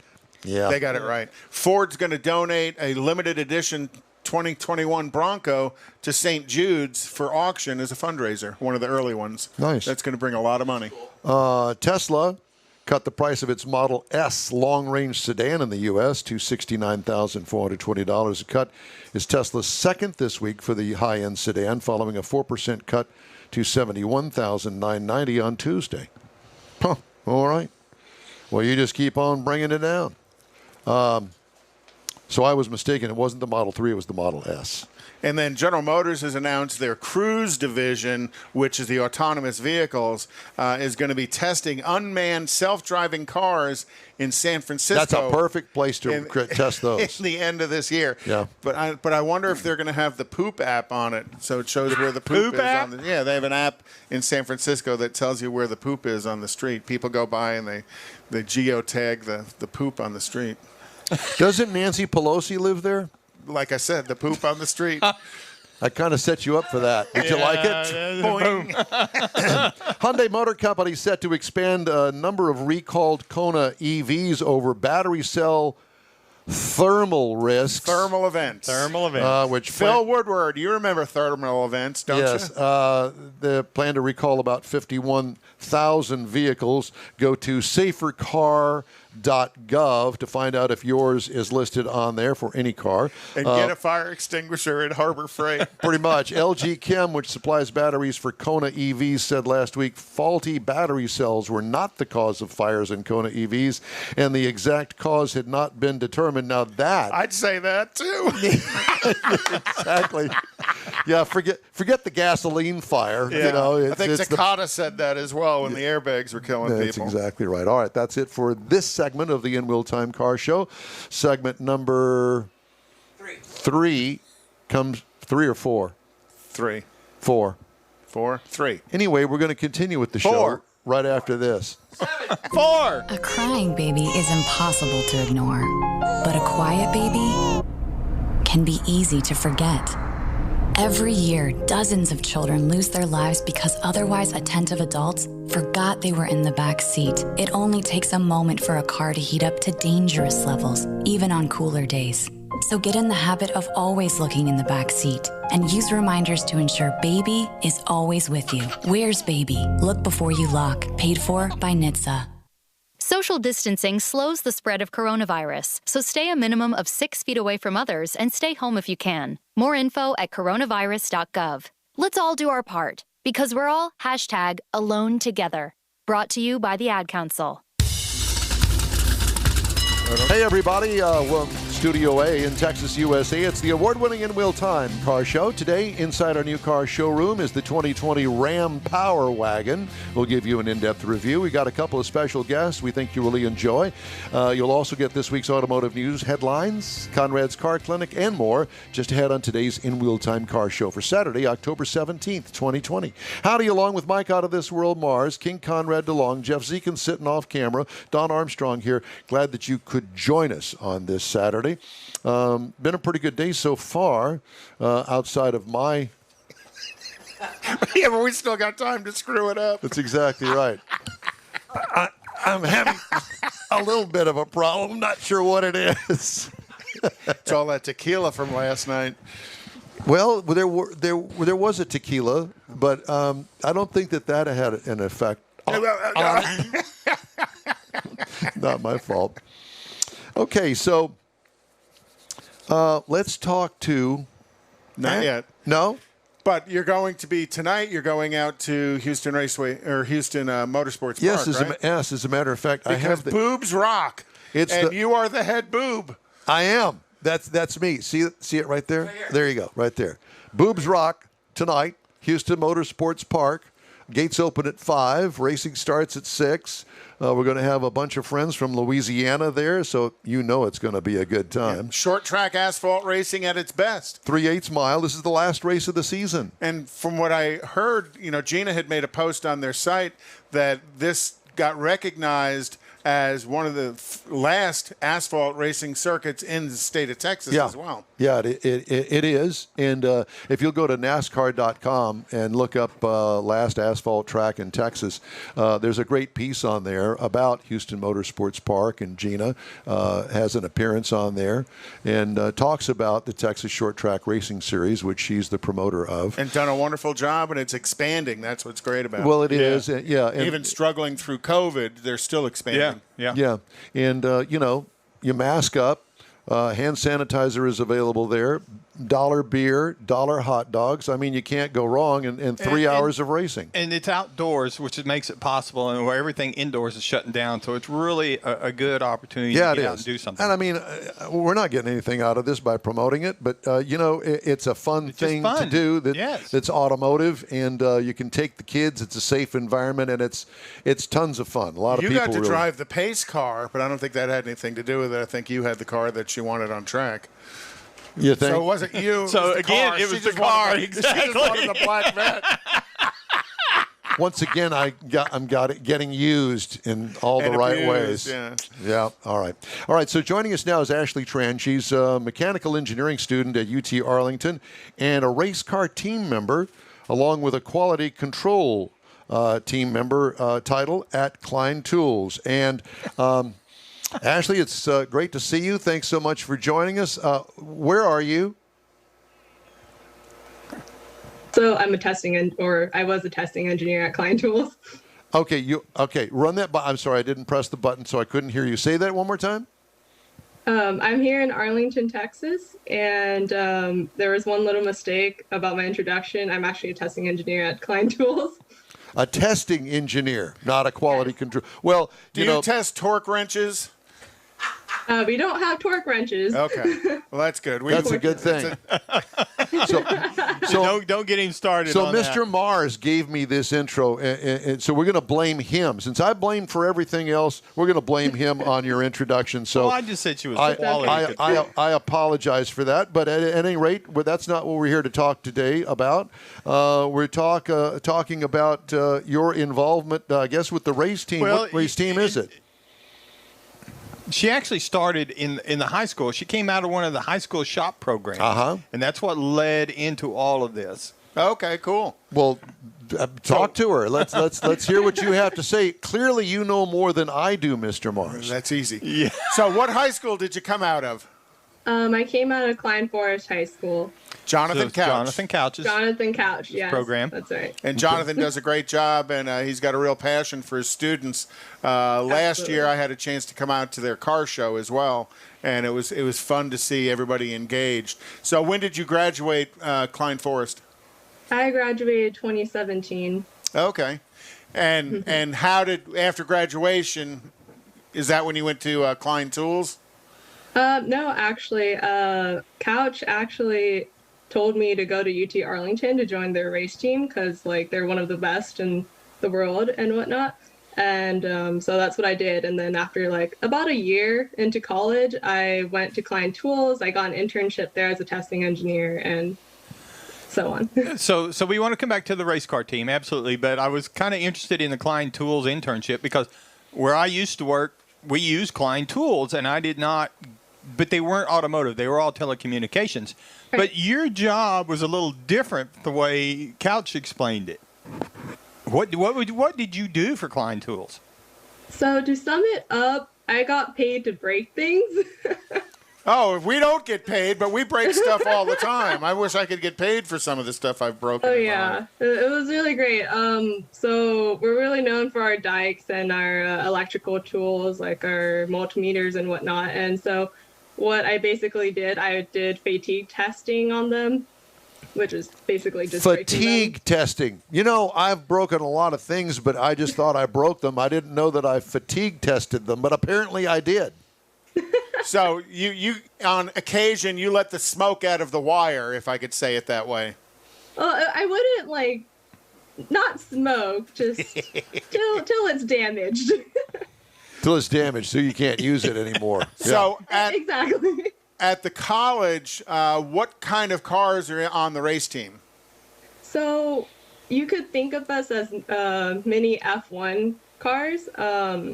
We take motorcycle engines and we build them into Formula SAE cars, and they make about sometimes 80 horsepower. They're really small and whatnot. They're very fast, and we do autocross stuff instead of just acceleration and drag races and stuff like that.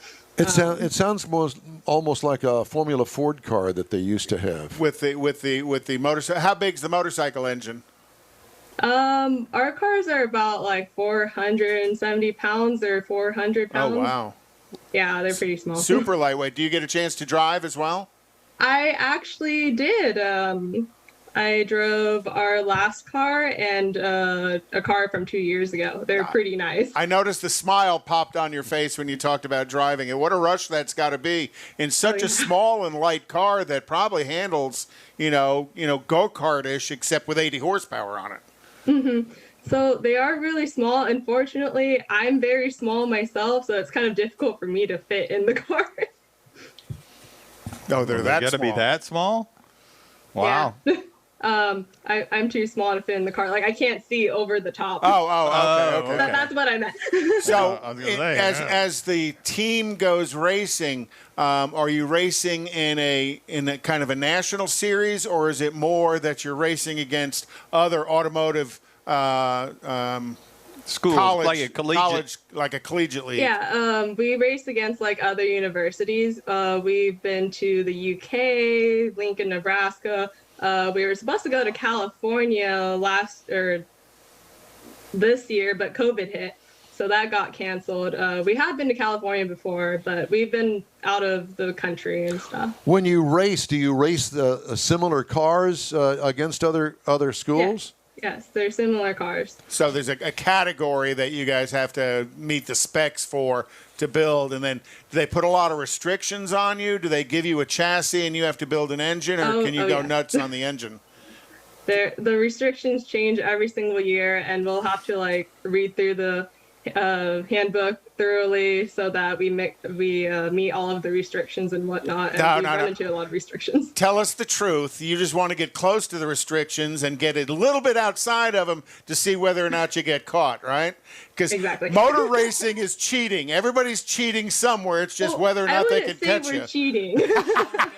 Never admit it. Never admit That's it. right. Just like Smokey Eunuch. Never admit it. Or just like the Astros. Oh, that hurts. So what are your plans as you get out of college? What do you want to do? So I had my internship at Klein Tools about, a little over a year ago. And I really enjoyed it there. And I can't believe I'm saying this, but I really like breaking things.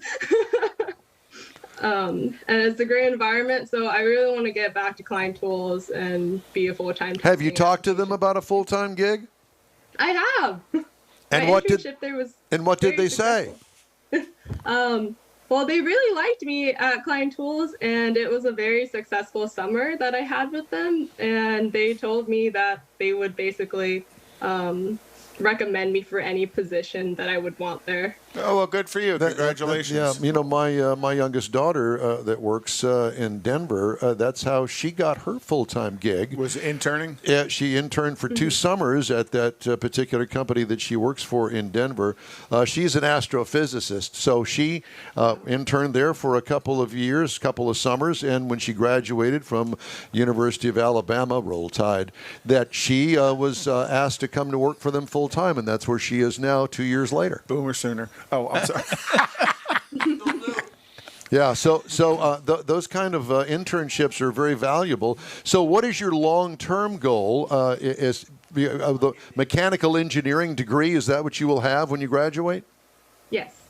Yeah. I will be graduating in a little less than a year now. A mechanical engineering degree. Well, with that, I mean, you can get lots of jobs, including car manufacturer jobs. Oh, yeah, for sure. Oh, yes. Yeah. Well, one of the cool things, though, is, and I know all the kids call them couch, that you've kept and Jonathan has kind of kept in touch with you as you've advanced and as your career advances, and you guys kind of reach back to him.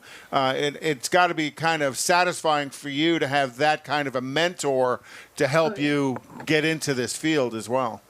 Mm-hmm. I actually saw him yesterday at the NHRA drags. Oh, they're in Ennis. Okay, down there for the sportsman races. Okay. Yeah, well, cool. Very nice. Okay, well, we're going to take a quick break, and we're going to be back and talk to you a little bit more right after this quick break. Stay with us. GTG, BRB, OMW, be there in a few. You may think that these kinds of texts are fine because of their length, and you can easily send them at a stoplight. But no, answering one text can take your attention away from the road for 5 seconds. And traveling at 55 miles an hour, that's enough time to travel the length of a football field. Make good decisions. Don't text and drive. Visit StopTextStopWrecks.org. A message brought to you by the National Highway Traffic Safety Administration, Project Yellow Light, Noise, and the Ad Council. Advance Auto Parts and CarQuest present the Boobs Rock Powder Puff Race. Saturday night, October 17th at Houston Motorsports Park. Gates open at 5. The green flag waves at 6. Wear a mask. Social distancing and sanitizer rules. Enjoy $1 hot dogs and $1 beer. $5 discount ticket info online at NASCARHouston.com. Saturday night, October 17th. Gates at 5. Racing at 6. Houston Motorsports Park. All car classes, including the Boobs Rock Powder Puff Race, supporting breast cancer awareness. It's the last race of the season. Boobs Rock. Don't miss it. Welcome back to the In Wheel Time Car Show. Thanks so much for joining us today. We're talking with Ashley Tran, mechanical engineering student at UT Arlington. What's college life these days like? Are you actually going to campus, or are you doing everything online? It's mostly online, like lectures and everything. Oh, God, shoot me. Okay, so I actually have to go in person to do my exams for some of my classes. Yeah, and how does that? I mean, are you inside with a bunch of other people being exposed to COVID? Yeah, we're all socially distanced and everything. We got our mask on and whatnot. Yeah. So how does that play into the car race team? I mean, what do you do about that? So I actually haven't been back since COVID hit, which was in March or so. That was the last time I was in the race shop. I know there's a couple of there's very few people over there that are just working on the race car and like building a race car for next year, designing and whatnot. I haven't been involved whatsoever because of COVID. So each year you guys have to build a new car to the new specs, or do they just adapt the existing car to the new specs? We build a new car every single year, which could cost around $18,000 or $20,000, but most of them are we get sponsored, so a lot of it is free. But when we do our cost report, we have to like account for everything, so it's about $20,000. And within that, are you guys buying a spec chassis, or are you guys building a chassis from scratch? Oh, we build everything from scratch. We design it into SolidWorks, and then we get all the parts, we weld it, and put everything together. So it's part of the engineering concept, right? The mechanical engineering. I would say the mechanical engineering comes from design work and testing, and building it itself is more like hands-on mechanical engineering work, but also automotive work, of course. But that to me, being an automotive, I was an automotive engineer with General Motors for 20 some odd years. Having that hands-on experience actually, I think, makes you a much better theoretical engineer, a paper engineer. And I know Couch does a great job of teaching you guys welding as well. They had a class there at Klein Forest on welding. Do you do some of the welding? So back in Klein Forest, Couch was actually a new teacher when I came in to his automotive class. We didn't have access to the welding machine really, but once I got to college, I did a little bit of welding. They're not pretty, but it works. It sticks. Yeah. Yeah, it sticks. So when are you planning on graduating? So I'll be graduating August of 2021. August of next year. So you got another year to go. Now, does the internship that you're doing, does that play into? Do you get another cycle of the internship before you graduate? So I was hoping to get it this summer, but COVID hit and I wasn't able to hear back from them. And so I'm trying to get another internship before I graduate next summer, and then I'll just go straight into a full-time position. And you have a great relationship with everything Klein, between Klein Forest and Klein Tools, so hey, it all ties together, right? Yeah, it's perfect. So what class catches your fancy down there at Innis on the drag racing? Do you like the rail cars? Do you like the stock-bodied cars? I like the top fuel cars. Unfortunately, I only saw one yesterday. Today they'll be having their top fuel races. Qualifying.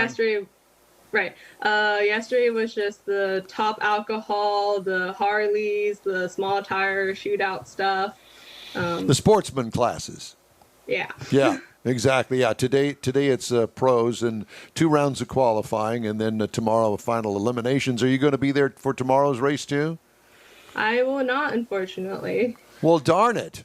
Well, at least, but at least you got today, and I'm sure that you'll enjoy it. I know that it's 50% capacity as far as patrons are concerned, and so there are limited tickets available not only in Ennis but also here in Houston for next weekend's race. Yes. So at least you got yourself in the door, and that's always a good thing. Are the nitro cars loud enough for you? Not loud enough. It's not just it's not just how loud they are. It's the pounding on the chest you feel when they take off. It's intense. It is intense. So, do you have any friends that you're there with, fellow classmates, boyfriend, whatever it is? I mean, you're not there by yourself, are you? No. Yesterday I was there with Couch and one of his friends, and then today, actually, my roommates went. I'm at home right now. You're at home now. Yeah, Okay, yeah. I got Just you. got a share screen and backdrop there. Yeah. Yeah, I got you. Okay. Well, listen, Ashley, it is great to talk to you. Thanks so much for joining us today. We really appreciate it. Good luck in acquiring your mechanical engineering degree from UT Arlington. And we hope to hear from you and keep us up to date on your progress, okay? Thank you so much for this opportunity. Thank you. We really appreciate it, hon. All right. We are going to take a quick break. And coming up, Mr. Mara's got a chance to drive the 2020 Ram Power Wagon. He'll tell you all about it after a quick trip to the pits here on the In Wheel Time Car Show. Let's be honest. The National Symphony may not be in his future, but he wanted to try violin. So you said yes because you love him. And if you love him that much, love him enough to make sure he's buckled up and in the back seat. Find out more about keeping your kids safe in your vehicle at nhtsa.gov/the-right-seat. Show him you love him. Keep him safe. Visit nhtsa.gov/the-right-seat. Brought to you by the National Highway Traffic Safety Administration and the Ad Council. Social distancing slows the spread of coronavirus, so we should all stay home to lower the risk for everyone. More info at coronavirus.gov. Let's all do our part, because we're all #AloneTogether. Brought to you by the Ad Council.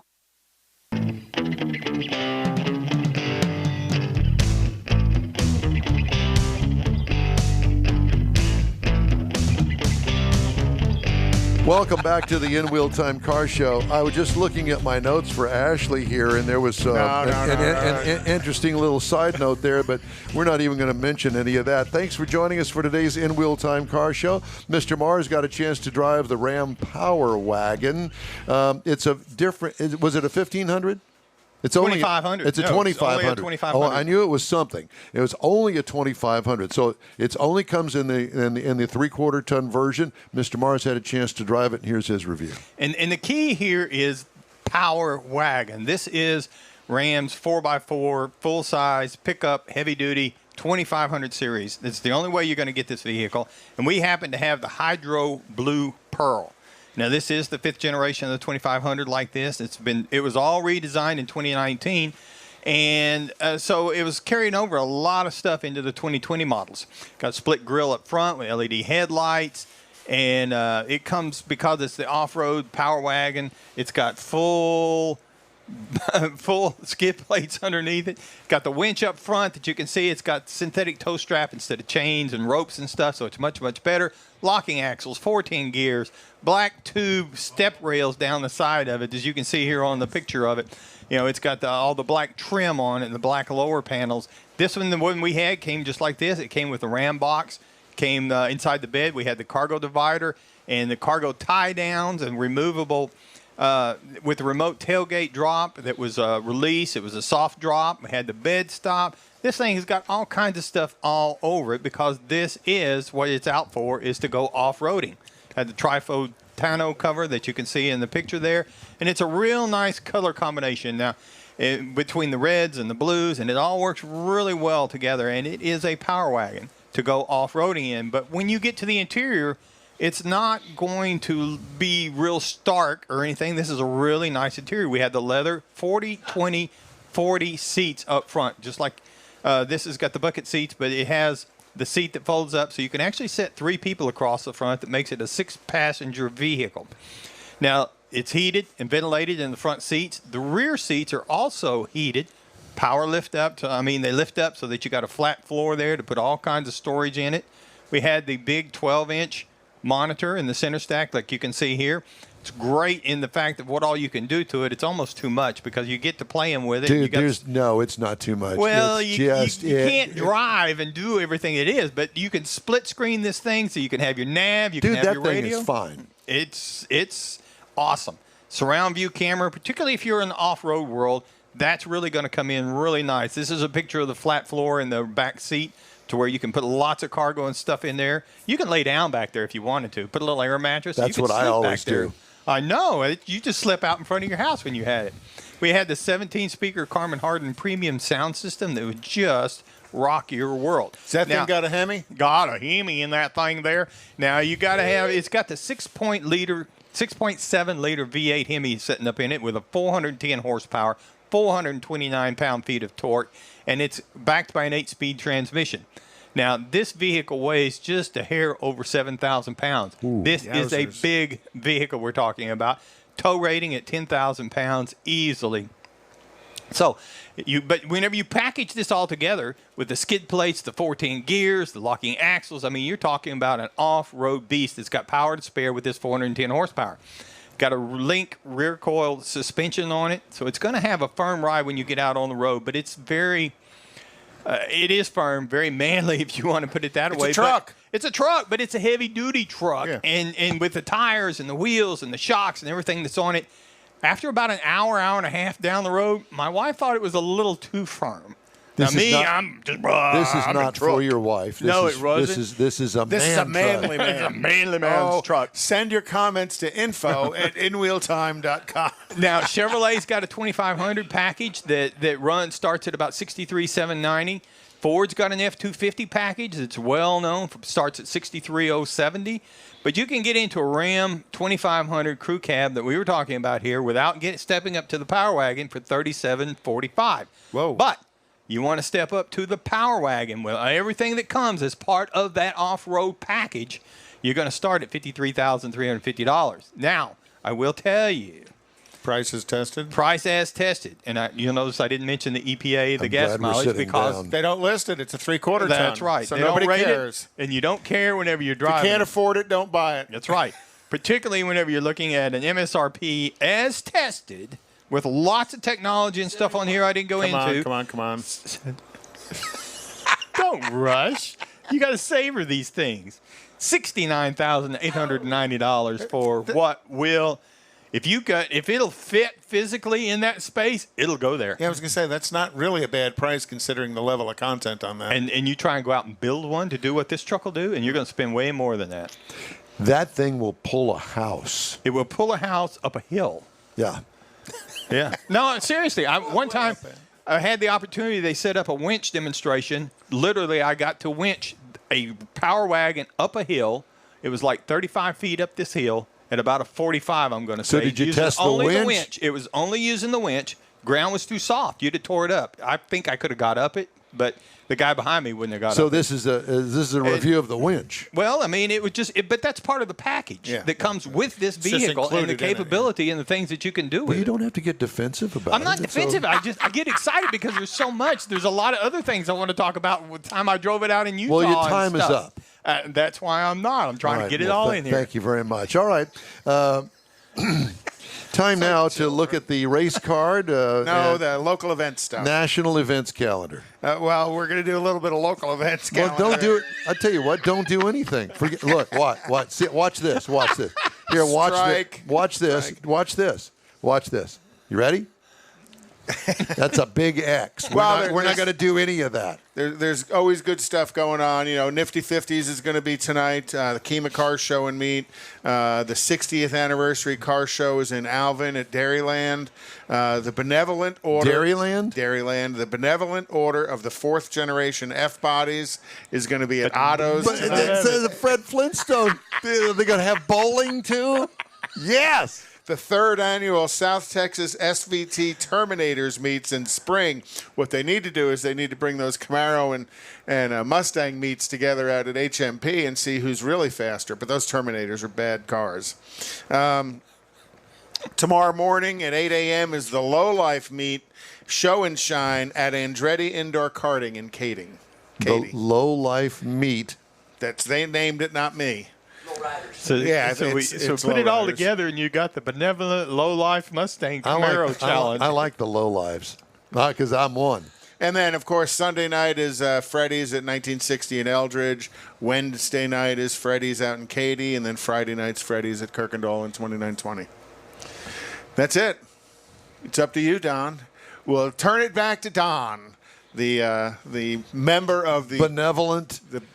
I don't know that there's much benevolent in Don, but he is a member of the the Texas Broadcast Hall of Fame. Now, why did that even come up? We don't need to go there. Well, that makes you benevolent to something. But we're not real to sure something. what. Beholding, maybe. Beholding. Mm-hmm. Okay. You know, we were talking about battery fires earlier. I just wanted to throw this in there. NHTSA is going to, National Highway Transportation Safety Administration, is going to probe complaints of fires in certain Chevy Bolt EVs. Another battery thermal event. The agency said it has received reports of 2 vehicles catching fire while unattended and discovered a third Bolt with a similar burn pattern in the interior rear seat area. It wasn't Mexican food.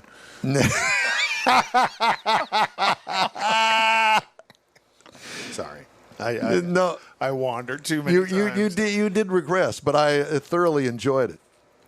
So if you have a Bolt, there were an estimated 77,842 vehicles made from the 17 to 20 model years, and they could be affected. So if you see somebody smoking in the boys' room in the back seat, you might want to get that thing checked. Just saying. General Motors has taken the Detroit Hamtramck assembly plant, and they're going to call it Factory Zero as they transition that assembly plant, which is kind of one of the oldest ones within GM, to a total electric vehicle production facility. I remember going to Hamtramck back when they were building Tornados there back in the 90s. I went to Hamtramck as well, for a tour. Anyway, the In Wheel Time Car Show streams on Facebook, YouTube, InWheelTime.com. Podcasts are available on Apple Podcasts, Spotify, Stitcher Radio, iHeart Podcast, TuneIn, Google Podcast, and Podcast Addict. Ran out of breath. So many things. The In Wheel Time Car Show continues after this. Texas Truck Works is your go-to truck customizer. From mild-to-wild lift kits, custom wheels, and steering and handling enhancements to the best personal and commercial wraps, Texas Truck Works delivers. Let Texas Truck Works founder Scott Stevens help you get the most out of your truck or Jeep. Texas Truck Works has decades of customizing experience, including power adders and complete engine swaps. Let the Texas Truck Works team design an upgrade plan that fits your budget. Get truck attitude today at TexasTruckWorks.com. Do you know what teens just love? Not being told what you're supposed to love. That's not anyone's business but yours. It doesn't matter what you love, but if you love it, click it. That includes you too. Because in 2018, 42% of Texas teens who died in traffic crashes were not wearing their seatbelts. Make sure everyone is buckled up. Every rider, every ride. Brought to you by the Texas Department of Transportation.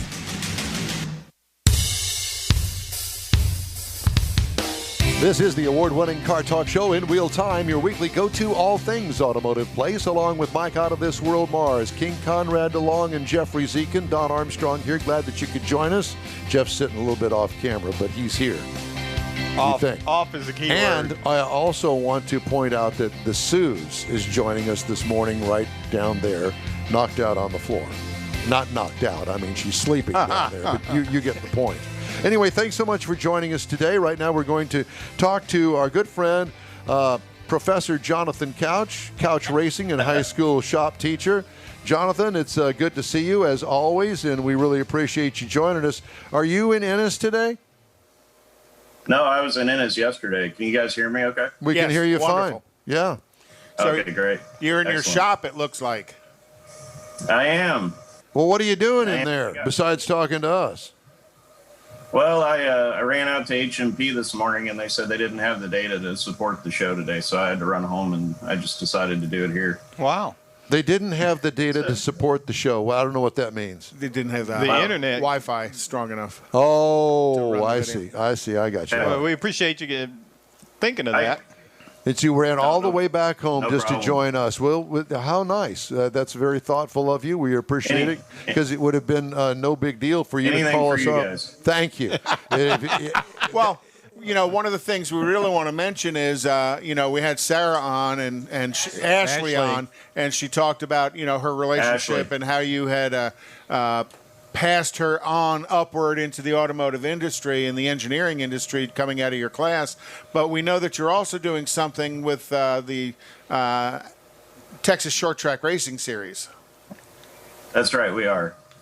We've had it's been a rocky year with COVID and everything, but with even in all of that, with all the turmoil of the year, we've been able to provide them some pit crew help out there at the racetrack, which has worked out really good for the classroom as well. building an interest with the students and motorsports and those kinds of things. Hoping to keep it alive. And boy, never has there been a time we needed it more. The NHRA race yesterday at Ennis was a ghost town. I mean, there just wasn't anybody there, and that scares me. But yeah, moving forward, you guys wanted me to talk about racing engines today, which seems appropriate. October's been a pretty strong month in motorsports. So was there anything specific you guys wanted me to talk about, or you just want me to start talking and kind of steer me? Well, yeah, go ahead. You can talk, because we know that you build some pretty well-known racing engines here in the Houston market. So tell us a little bit about what's going on in the shop right now. I hear a machine cutting something in the background. That's just the VFD running. So this is where horsepower is born. This is my baby, the guidance seat machine. Mine's rigged up with a VFD so I can control motor speed through frequency. So I maintain max torque, even though the motor's changing speeds. It's a handy thing you can do with 3-phase. So here's on the machine. I don't know how well you guys can see it, but it's a 993 casting for a round track car. The rules are pretty tight in those, so that's probably where I'll begin. When you're building racing engines, in any case, you have to first ask what's going to be the purpose of that engine. What are we going to do with it? You know, and then the second thing you have to do is pick up the rule book, and you start figure out how you're going to outsmart the rule book. And so in this case, for example, the cylinder head is limited to a 194-150 valve. It has to be an open chamber casting, and any machine work done to the cylinder head has to be done with a 360-degree cut, and the guide is the center point. So a couple of hints: they don't tell you what part of the guide has to be the center point, and they gave me 343 thousandths to work with, so that's helpful. But it's got some pretty big bowl cuts in it that I've just finished, and the valve seats all have a racing profile on them, and so that lends the question, right? What's the difference between a racing valve job and a repair? Well, if we're working on grandma's grocery getter, I have one setup. I have one cutter with one set of angles on it, one specific profile, and I can go through the seats, and the only thing that changes is the valve diameter, seat to seat, intake and exhaust. With racing, everything has to be custom tailored to what I'm expecting to do with the car. So in racing, obviously, we want max airflow. I also need the valves to seat well. So there's a balancing act there, and things you have to do to the valve seat to ensure that, especially at higher RPM and especially when the valve seat's taking a pounding. Not something grandma's car is going to see very often. Well, I don't know. Maybe your grandma. But I'm not allowed to do any port work to it. Otherwise, I could get more airflow. So all the tricks and games I have to play are in the area of the valve and the valve seat and the valve pocket itself. So I spend a lot of time there. Does it make any difference in these engines whether you're running a quarter mile, a 3/8 mile, or a half mile oval? Oh, absolutely, yes. So a quarter mile, you stand on it once. It's got to go down the racetrack full hard and get there quick.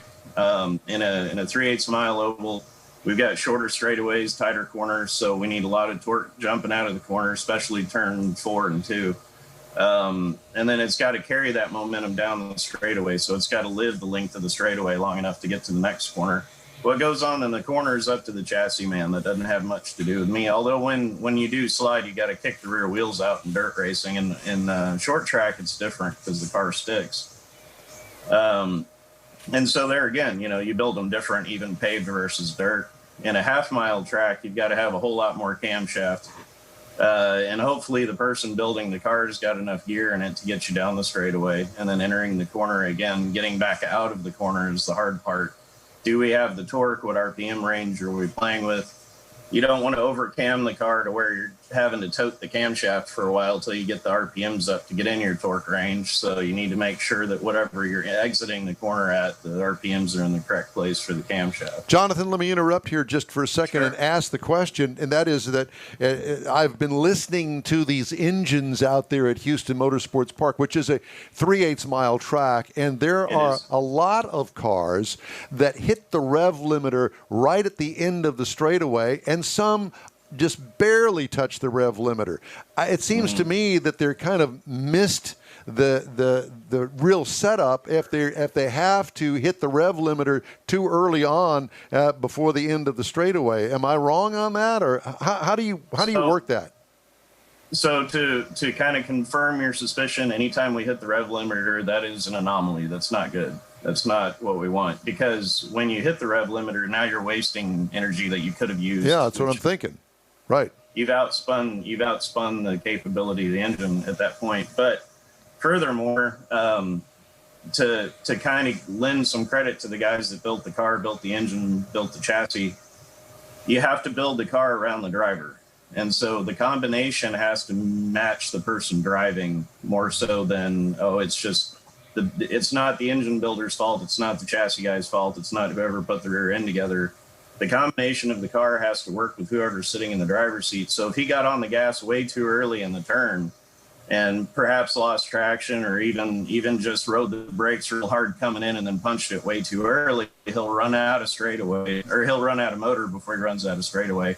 And that doesn't carry you well into the next corner. That doesn't set you up well for the next corner and getting through it. It just becomes an escalation at that point of just bad things happening. Let's talk more about this right on the other side of the break, if that's okay with you, because I really want to explore that a little bit further. So stay with us. This is the In Wheel Time Car Show. We're back after this quick break. 911, what's your emergency? God, there's a train that just hit a car. Sir, what is your location? Look around for a street sign, sir. It's 8th and Orchard. 8th and Orchard. Okay, very good. 8th and Orchard. Sir, help is on the way. Why would you do that?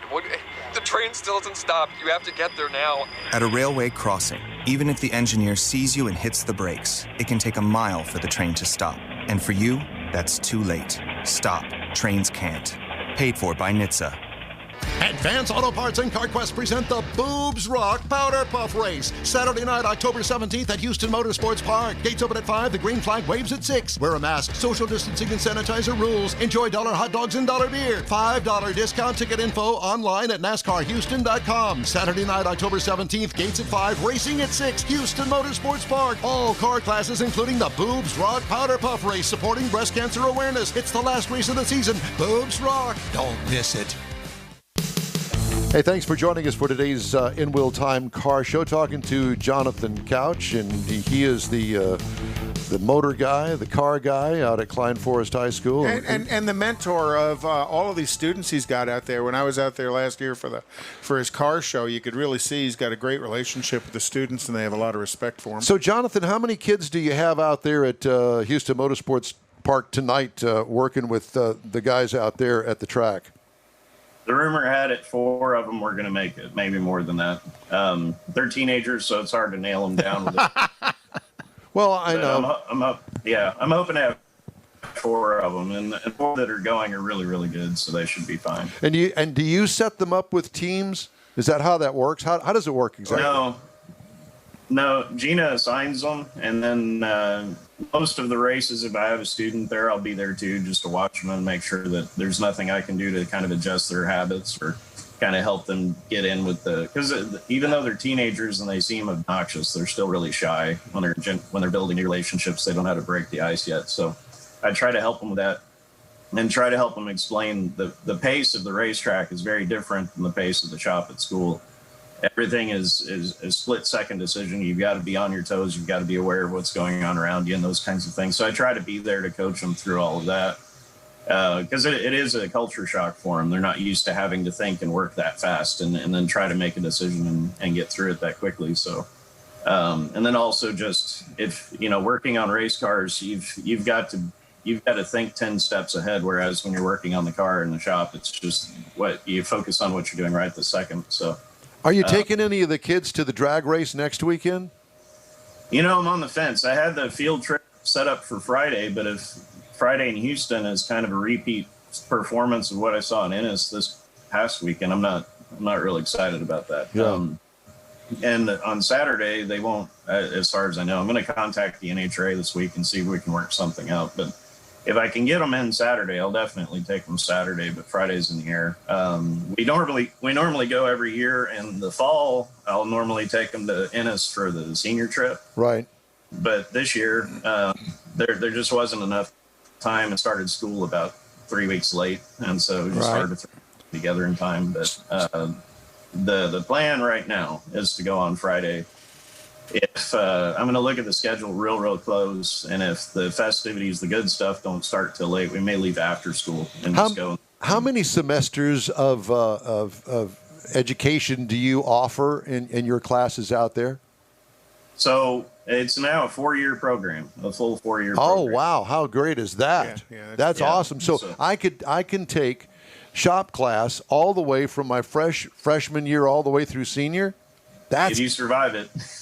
Well, Don's still looking to graduate from high school, so he may take you up on that. What's high school? Night classes. Yeah, exactly. Well, but that's really good. I mean, not only for people that what we used to call a shade tree mechanic, but guys that get that involved in, I would think, are looking at a career. Oh, absolutely. Yeah, I don't teach the class for shade tree. I teach it like you're going to do something in the automotive industry. And with my credential and my background, whatever you want to know, I'll teach you. So I've got kids. I'll just give you some examples if that's okay with you guys. I've got kids right now working on restoring the hood to a Ford 8N tractor from like the 20s with a flathead 4-cylinder. And all they want to know is body work. So here's some sheet steel. Go bang on this, put in some filler, fill the hole, shoot some paint on it. And then at the other end of the spectrum, I had a kid with a 72 Mustang come in with a 351 modified transplant. Now it's modified heads on a Cleveland block, which is common and these days advisable with pump gas. And he had a rash of broken push rods. Well, the car had set up for a long time and all the valves were seized in the guides. So I was able to convert our vertical mill to do the same thing this guide and seat machine does at school. So the kids are getting to see the full spectrum of engine machining and a racing profile valve seat all the way down to the bodywork side and everything in between. And of course, we're still taking on the mom and pop jobs. We're building a Jeep from the ground up, chassis off deal. We blasted the chassis and sprayed it, and we just got the body back the other day. So the kids are getting the full spectrum as much as I can teach them. And if they ask me anything specific, I'm happy to tell them what to do or which way to go, or here's how that works. And you're providing them such a well-rounded opportunity of, running a shop like an independent repair shop, running a race shop, running a body shop, giving them the opportunity on the machining side of things. I know we talked about welding as well. You're giving them lots of choices of a future. Well, they get to see and experience all these different aspects of it. That which when one I went catches to school, their fancy. Yeah. We didn't even have an auto shop back then. We had a wood shop, I think. So they can kind of see. I don't particularly care for the body work, but I do love the machine work, or I do love this, or I do love this. And I want to focus on that, and I think that's great. Yeah. Anywhere they find anywhere that's a career where they can get out of there and do it for a living. If they're interested in doing it, I'll teach them. Well, but that's the thing. They got to know that opportunity exists. So you're showing them. One of the mysteries to me was a guy that did upholstery work. Now I know that sounds strange, but I watch these car shows on Motor Trend TV where that upholstery guy is just as talented as the guy that does valve guides and heads. I mean, but it's in a different kind of way. I mean, that is a real school of art that you got going there. Do you teach that sort of thing too? I do if it comes up. I haven't had anyone come asking for any upholstery work. Now, I am limited in what I can do. I can't do button tufting. I can't sew the seat covers together myself or any of that. But if someone's wanting to do, carpet, of course, that's no problem. Cutting carpet's not a big deal. And even other interior accessories or anything like that they want to do that's upholstery related. Yeah, just teaching somebody how to get the door panels off without tearing them up is a good thing. Well, to know. that and I mean, put like for instance, putting in a tachometer in a car that really doesn't really have one per se. I mean, and then not just putting it in, but making it look right when you're done is the Yeah. Right, exactly. So it's good to know that it's a fully rounded course that you teach out there. Where are your seniors right now? Your fourth-year students, where are they in your program right now? So I've got 2 seniors this year, and I know that sounds bad, but we just kicked off the 4-year program 2 years ago. Oh, okay. Gone through my first batch of freshman students that are now juniors. And so that batch will hit their senior year next year. So I've got a big junior class. And unfortunately, that meant some seniors some kids that are seniors now didn't get to enjoy the experience because we had to shift everything down a year. It was just a transition time periods. Yeah. I had 2 that snuck in. And both of them are well on their way to heading towards higher ed, much like Ashley did. The one girl I have, Tanya, her dad owns a performance shop, and he's wanting her to work with him, I think. And she has an interest in building racing engines, so I've been showing her the tooling and sort of the culture of racing, introducing her to characters like Smokey Yunick and those kinds of guys that sort of pioneered a lot of this and a lot of the way we think today. Well, Smokey was known to pioneer the edges of the rule book. That's right. The gray area where we all operate now. Yeah, exactly. What is your male to female ratio there in the makeup of all your classes? Let's see. This year I'll claim 85 students, even though 81 are enrolled. There's 4 that just hang out in there because they love auto tech and they couldn't get in for various reasons. Out of the 81 I have enrolled, I have 2 females right now. And last year I had the highest female count at like 4 or 5. I can't remember exactly, but it's pretty skewed. It's pretty skewed one way. Well, John, I would love. Go ahead. I would love to see more girls get involved, but I'm sure there's an intimidation factor walking into the boys' club and trying to shake things. You've got to be the right girl for it, especially right now, to put the boys in the place. But I'll share something with you from my perspective out in the automotive industry, the repair facilities.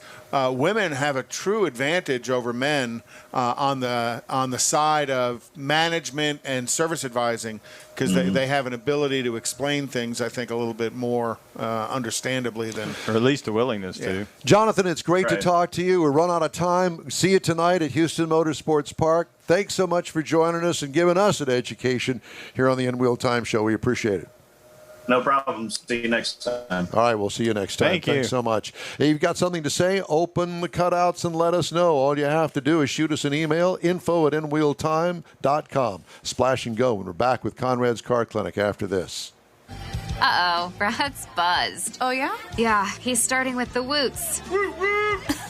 And now a speech. I just want to say that friendship is about heart and brain. Who's with me? Good thing is, he knows when he's buzzed. And my brain is saying, when it's time to go home, somebody call me a ride. Love that guy. Me too. Know your buzzed warning signs? Call for a ride when it's time to go home. Buzz driving is drunk driving. A message from NHTSA and the Ad Council. A social distancing tip. While the CDC urges you to avoid close contact, like hugging or shaking hands, there are other non-physical ways to say hello. Wave, wink, use sign language, salute, smile, give the peace sign, throw up an air high five, do jazz hands. Remember, stay a minimum of 6 feet or 2 arms length away from others and stay home if you can. For more info, visit coronavirus.gov.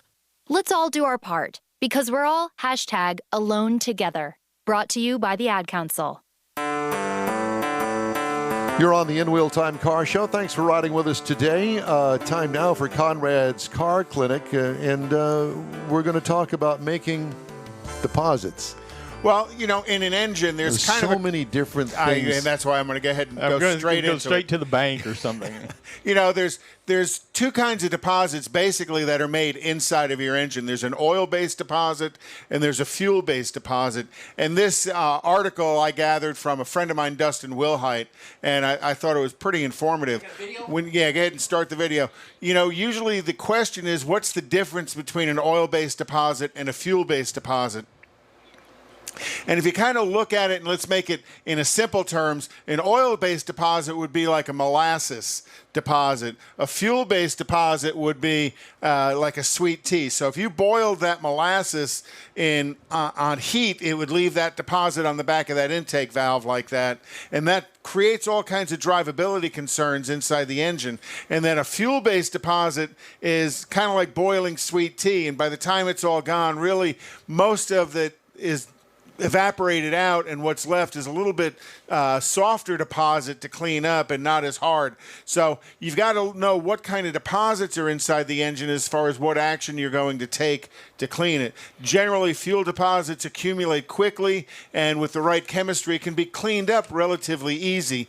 Oil-based deposits create a much harder deposit because when the oil evaporates out, there's a much more heavy carbon deposit left behind that's a lot more difficult to clean up, and it takes a different kind of cleaner to clean it up. And one cleaner doesn't clean up both deposits, even though they're both hydrocarbon. As you apply heat to them, the deposit itself changes significantly. So oil-based deposits, where does that oil come from that's in the engine?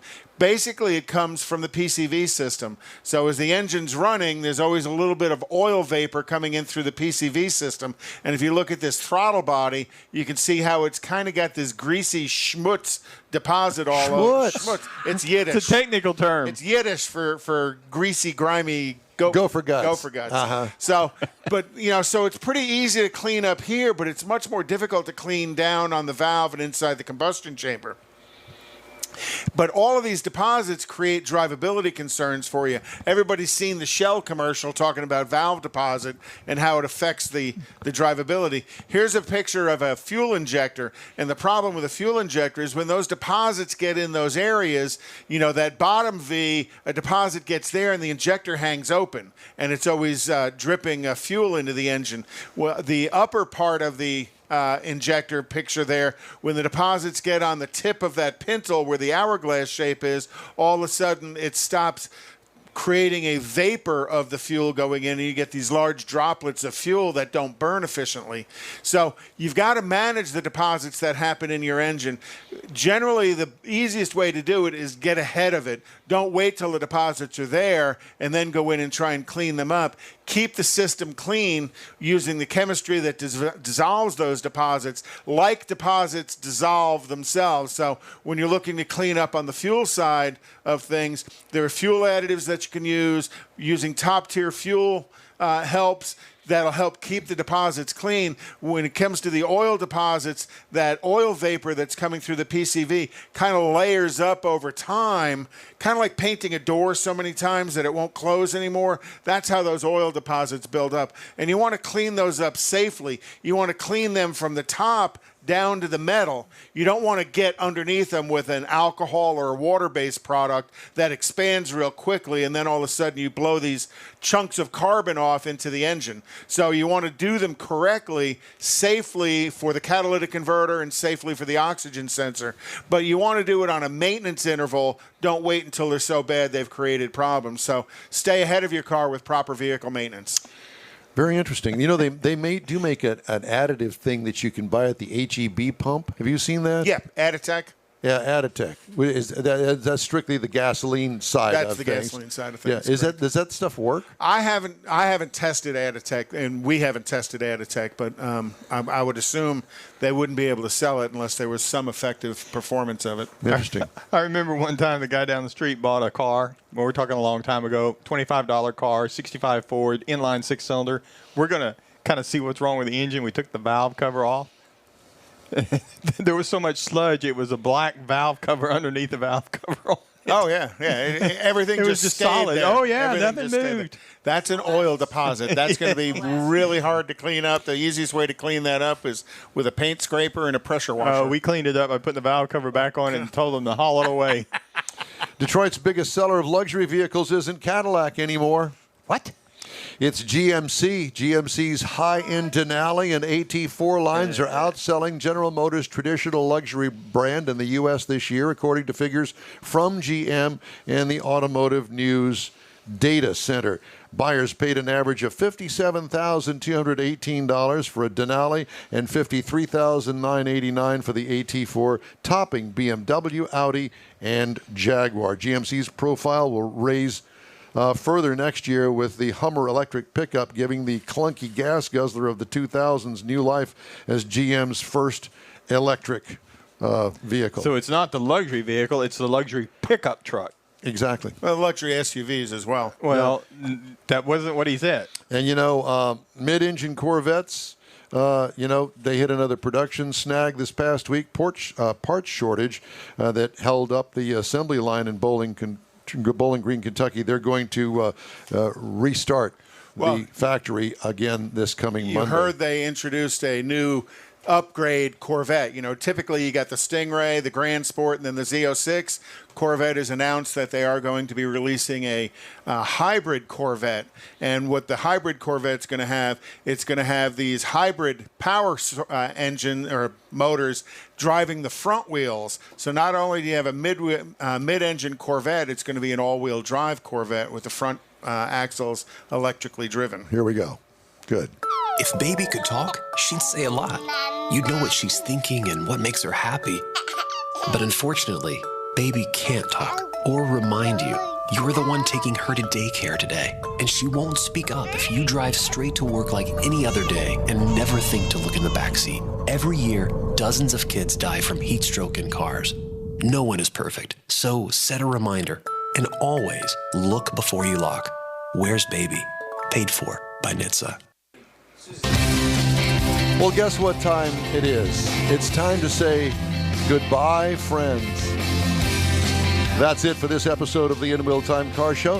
Hey, when you're on Facebook, please give us a like and tell your friends about us. You'll get Conrad's unicorn hunting features, along with all things automotive all week long.